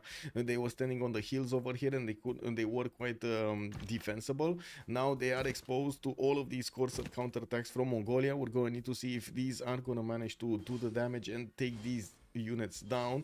And of course, with the Mongolian knights getting close to Kuloba, next turn we might actually see that city center being taken out entirely. Remember, if the encampment is in the city, actually this is pillaged, right? I think the knight is not actually gonna have anything happen to him. Anyway, I was thinking if he takes the city, he might actually delete the encampment as in the unit in the encampment, but it's pillaged, so I don't think it will. Anyway, what's this? Candy. Okay. Chicanitsa coming up in Kawihia, 4 turns. That's going to be quite a bit of extra culture and extra production on all of these rainforest tiles. I do have to say he doesn't have that many of them, so I don't think he cares that much. He did manage to get culture on quite a few of these tiles. Wait a second. He does have Mont Saint Michel somewhere? And we don't see it?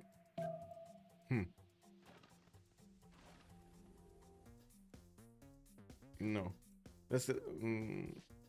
it is what it is. Kick W. No.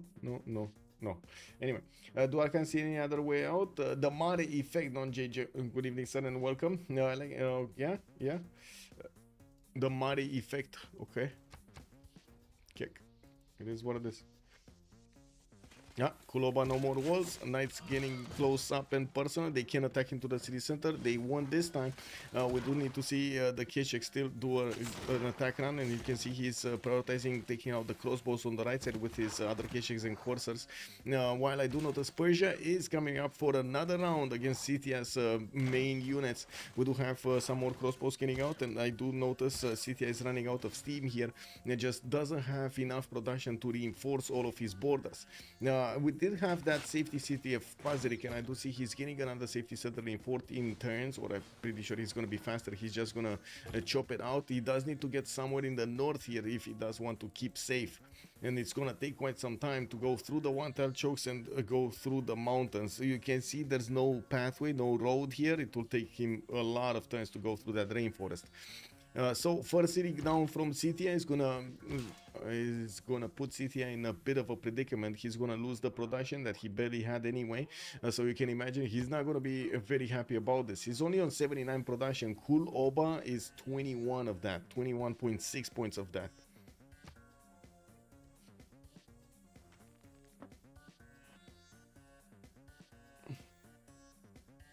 Whoa.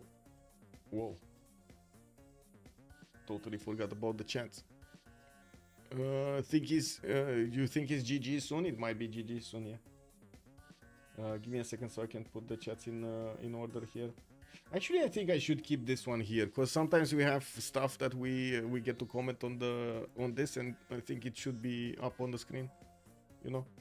Anyway, intelligence agency from Persia getting to finish next turn for a free spy. We do have him getting a new encampment and moving his trebuchets towards the front line. He does need to get them to eat away the Scythian defenses, even though we don't have walls coming up. Soloka does have one, and I do notice Mongolia can actually pillage the government plots of his opponent of Scythia, while he might actually need to focus on the crossbows also. He does have a knight from Scythia trying to stop the Keshiks from moving closer to those crossbows. Now, let's see the takeover of the city of Kuloba. That's a knight from Persia that just got taken out, but not before he actually took out the mine, the iron mine. And we do have the Mongolian units prioritizing taking out the units of Scythia, taking out another one of these knights before they attack into the city center. Neither of these Keshiks do have any more movement, and I do see a single knight that could attack into the city center with another one on the way. Malm is trying to get as many of these out as possible, as well as reinforcing his Keshik numbers. He does need these to help him do the initial damage against his opponent here. Cavs from Persia starting to move in. Cav cores also, these are going to be significantly stronger than whatever Scythia has to put out for the defense. And I do have to point out, Gwawel is trying to get to his ballistics, but he's barely getting metal casting next turn. While on the western side, we do have Maori getting a big fleet next to Otatarapa. We might actually see him try to get some I mean, he can get shots on Shendu though. He can attack Shendu with a battleship from this tile, but it's only one single tile to attack into that city center. I'm not that convinced it's going to be enough. It's going to be significantly problematic for Xiffy, sure. Is it going to be enough to make Xiffy concede? That's another question.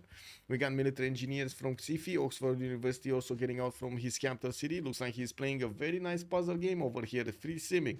I did also notice Persia did push back those courses of the other Persia, of his opponent, while I do see he's starting to reposition his units on the other side of the lakes over here to try to stop another invasion. Phyrsos will need to get these back and maybe promote them and maybe send them to Scythia to finish the job that he started against his initial opponent. We do also have a wave of feudalism builders coming around from Phyrsos and getting his theater squares out from Bactria in 2 turns, getting some banks in the Ispahan. Yeah.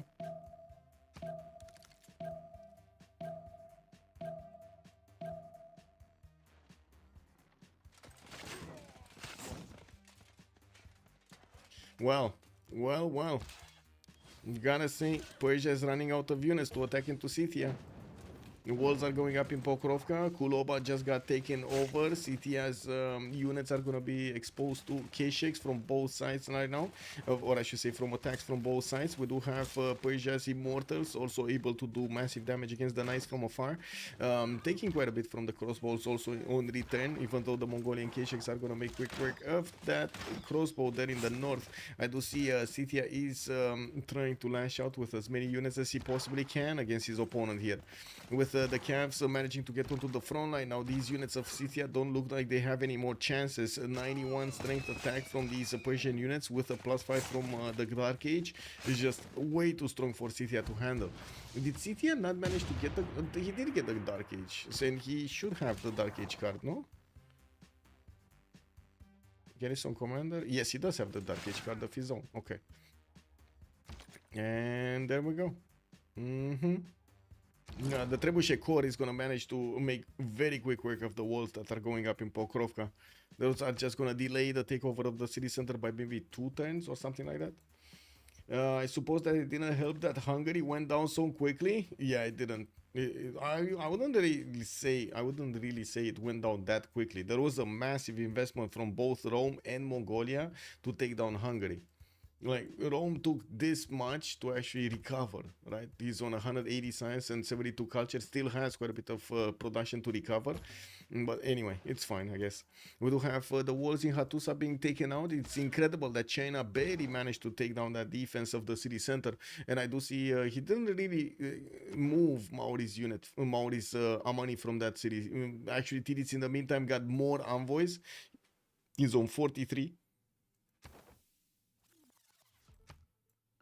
Scythia should have been ready to push Mongolia when Hungary attacked Mongolia. Yeah, he did. Wait, he did, Temu. He did push Mongolia. Like when Hungary was fighting, there was a significant chance that Mongolia would have died here if he wouldn't have been, how to say, on point with his unit count and with his defense. He would have lost his cities. There was a massive amount of units coming from Scythia and from Hungary from the left. He pushed after Hungary was pushed back. Yeah, I mean it's a lot, how to say, a lot more distance here than it was here. That's why a few turns mattered. Okay, and there we go. Phyrsonian calf course walking in. We'll need to wrap around to try to take out this knight from behind, put the city under siege, while in the meantime the Persian units are taking down the wall defense in Pokrovka. We're going to need to see the Mongolian ones also showing up here to do the final damage against these other Scythian units defending that city center. And Malm does have also his own catapults, and bombards started to get bombards on his side. Still focusing on the city center directly, not really caring about the units around it, you know. Yeah, there we go, there we go. Does he have another unit? No, only one calf core can attack into it. But that's it, walls are gone. Next turn, city is going to be taken over. And Scythia does still have the city of Pazyryk, and he's still working on getting a settler out in 3 turns. He might survive. What can I say? He might survive. I'm very curious if we're going to have Mongolia sending his units towards the north there. Yeah, there we go. Settler just got chopped. He's trying to put it on that coal tile. I mean, to be honest, Persia does have a unit there, so I'm not sure if he's going to be happy sending a unit in his opponent's arms. They had to take out Mongolia. Yes, they had to take out Mongolia. I totally agree with that. Scythia's decision to attack Nader after upgrading 2 knights feels really sus. Yeah, but he was, I mean, he was kind of, yeah, I guess so. Wait, I remember. There was no attack from Persia, right? There was no attack from Persia on Scythia. He just had units here to the west of Tarsus and towards Mogadishu, and then did get attacked by Scythia. Okay, and that triggered all of this back and forth war until Scythia remained without units. Yeah, got it.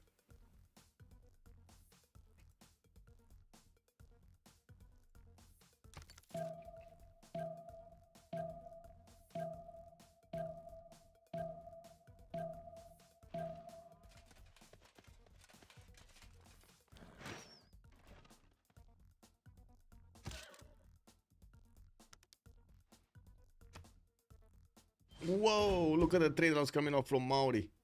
We got so many trade routes across the ocean there, managing to get him 255 science, 255 points of gold, I mean, and 155 on Phyrsos. He's on 300 science, while Xiffy is still trying to get back to 200 plus. I do see more production capabilities right now on Titiits, and by the looks of it, we did have Persia managing to take out the capital city of his opponent. We do need to see if Mongolia is also going to walk in and take out these units. The calves of Persia are doing a massive work here to keep pushing through. And while he does have his generals next to, I do see he did manage to recruit Amina.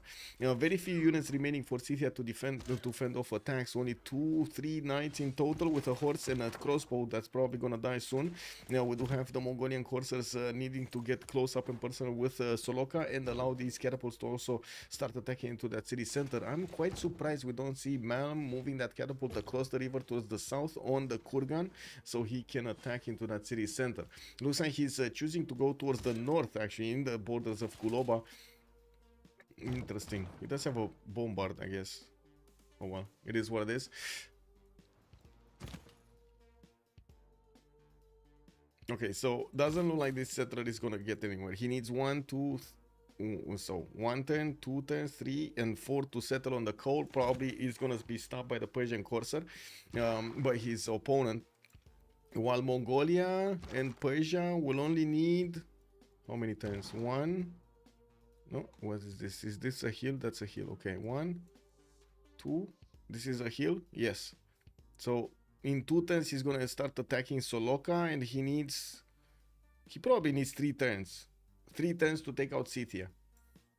It's faster to take out Scythia than Scythia will get his safety settler out. This is a problem for Scythia, of course.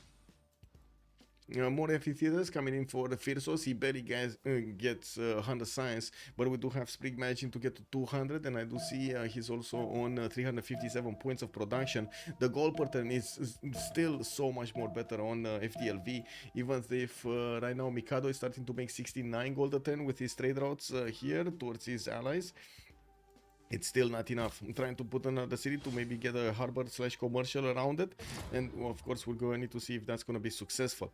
With Persia needing to move, the biggest question is he gonna start attacking Soloka as quickly as possible, put it under siege, or he's gonna fool himself with the units of his opponent? Looks like he's fooling with the units of his opponent first. Okay, he's playing with his food here. Advanced flight coming up in 3 turns from Xiffy, while we do have Titiits going for rifling on Kupe. We're going to need to see if he's going to manage to get those ballistics. I'm pretty sure with Zetian, even if he does manage to get knights, it's not going to be that easy. And I hear a lot of upgrades. What is upgrading? Oh my god, this is beautiful. Oh my god. And I gotta say, if he will get to connect here, he's gonna connect to the roads of China that already got built with the military engineers, and he's gonna just everywhere. He's gonna go everywhere. Yeah, I think this is the killer move here. He just needs one more turn. Military engineer ready to go through the mountains to choo through his way over there towards the cities of China. We do have quite a few frigate cores from Titiits coming up from his cities. He's trying to build his Colossus, and I do see he did manage to also get his own flight, building up his hangars. I don't think he has advanced flight, though. It shouldn't be that hard for him to get there.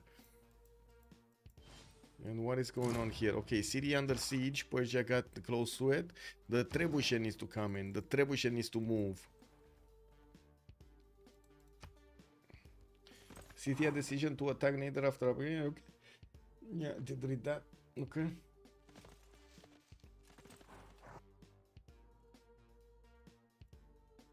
Oh. Kick.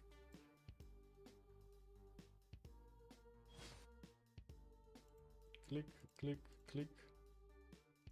Click. Oh my god, there's so much text.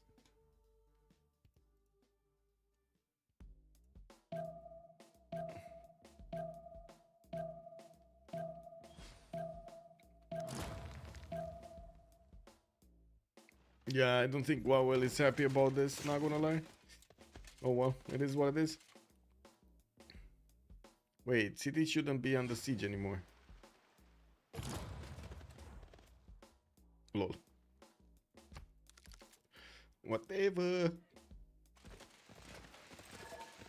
And that's a GG right there. That is a GG right there. May change we did have Hungary falling ages. to the concentrated power of Mongolia and Rome attacking into him. Julius Caesar History getting is the written massive from the army hand of of the victor. legions against him. It was too much to handle. We did also have on the right side, Persia, Nader, Shah By managing your to go actions against this day, Scythia, and even if Scythia was trading punches with both you him and ensure our Mongolia, people it was Nader Shah that did manage glorious to get the final punch in the nail in the coffin in his capital. We did have also some raiding parties going towards the other Persia Arcanes, and they did manage to get the job done. Let's actually see a bit of a post-game chat, and I do want to see if the GG was sent because of this. That's why. That's the GG, by the way. This is the why it was GG. Immediately, Sprig got the tunnel, got all of those units through. Immediate reaction from China. GG. That's it. Let's actually give me a second so I can switch my sound settings and also put up the post-game chat. Find the channel, move into the channel, say hello to the boys. Sans bonus de sim sur un très mauvais spawn Xiffy. Titiits, t'as eu un émissaire dans une hutte? Oui, toi aussi? Ok. Oui. Oui. Mais parce que, enfin, moi j'étais en mode, ok, j'ai eu l'émissaire dans la hutte, normalement, je peux aller tech alliance avec les bros et normalement tu la contesteras pas. Puis avec l'émissaire en plus. Ah bah j'ai mon ton consulat tour 42 ou 43, un truc comme ça. Ah, moi aussi, j'ai rush comme un chien. Mais après, le truc, c'est. Bon, ça me miscom, mais je demande à Xiffy de me passer le marchand, il le prend. Je perds Après, un c'est trop tard à ce émissaire moment-là. et. Non, non, non, non. Non, non. Parce que si tu le refuses, je l'ai le tour le tour juste avant qu'il proc sa manie. Et je peux Ah encore. oui, il avait déjà manié à ce moment-là, non? Non. Je sais plus. Justement, je me suis fait la réflexion. Mais c'est pas Non, grave. j'aurais dû aller la raser direct, la CS, ça m'aurait donné un endroit pour faire plein de colons. Hein. Bon bah bien joué les potes. Je vais vous laisser là, je dois y aller. Passez une bonne soirée. Ben moi, c'était très fun. Du vrai combat. Thank you so much, sir. Ah t'as essayé de me Thank you bourrer much, hein, mon Julius. salaud là. Thank you. Retained Bah, his je t'ai knighthood tenté. for 26 Je t'ai vu months. monter à 300-400 militaires super vite là. Je sais pas, peut-être que je dois faire des stats. Mais je pense que c'est greedy de faire des stats dans ma position. Peut-être avec un peu plus de spad au lieu des cavaliers là. Qui On avait font pas de des fer. chier. On avait Ah pas de merde. fer. Mon fer, je pouvais pas le travailler. Il y avait le gros raciste de Spriggan avec des guerriers dessus. Je crois qu'il avait la masse sur toi. Hein. Puis il m'a capé littéralement indéfendable. Je vais grailler moi. J'ai bisous. Pas de. Bisous. Parce que si ma cape elle est plus défensif, mais moi je laisse mon général côté Sprig, mais là c'est. Je pense que j'ai fait Non, pas mais mal je pense, d'erreurs. sur la vie. Ouais, mais je pense que c'est trop dur de toute façon. Ouais, je l'ai vu, le pute les tunnels, mais j'ai dit on garde l'école pour acheter 2 bombers et j'essaye de raser Titiits face, tu vois, genre 2-3 villes s'il fout le grid. Ouais, bon. GG, well En fait, played. je me dis, t'as pas acier, Nader. t'as pas encore les V-ships là. J'ai next turn, j'achète 2 bombers dans ma ville et j'essaie de vite te prendre tes villes, tu vois ce que je veux dire. GG, mec. Aïe. Thank you for allowing me to stream. It was quite avec des bombers, something. avec des bombers, Quite something to watch. Amazing. Il te manque des unités, non? Ouais, Je suis en train de sortir les unités. J'en ai plein qui sortent next. Parce que il y a quand même la frégate qui va te two-shot tes unités quoi, si t'as pas basique. Ah mais c'est pas ça le Ouais, problème, de toute façon, le frégate au pire j'ai des one-shot avec les bombers, tu vois, c'est pas un souci. Vu que j'ai les force moves en plus, je peux facilement la smooth. Wait, they really want to talk over there in French. It is what it is. Thank you so much for watching. I do hope you enjoyed the show tonight between Freritos de la Vega and Arcanes. They did manage to get that win on the board on the Freritos side, and as you've seen, we had quite a few things happening on the map here. I do want to thank you so much for, of course, the follows, for the subscriptions, and of course for your support on the stream over here. Keep on throwing over all of those questions, and of course, if you have any kind of feedback about Civ7 or your expectations about Civ7, let me know in my Discord or let me know on the next streams. We do have a feedback channel also open in CPL. We are interested as the multiplayer community to actually know about the feelings of our players about the next game, the next iteration of Civilization 7. Will it be as successful as Civ6, or are we gonna watch something else develop there? Thank you so much for everything. Let's see each other next time, and of course in the meantime, have some fun with some Civilization 6 content. Don't forget to like and subscribe on YouTube, and of course leave a comment down below. Bye bye.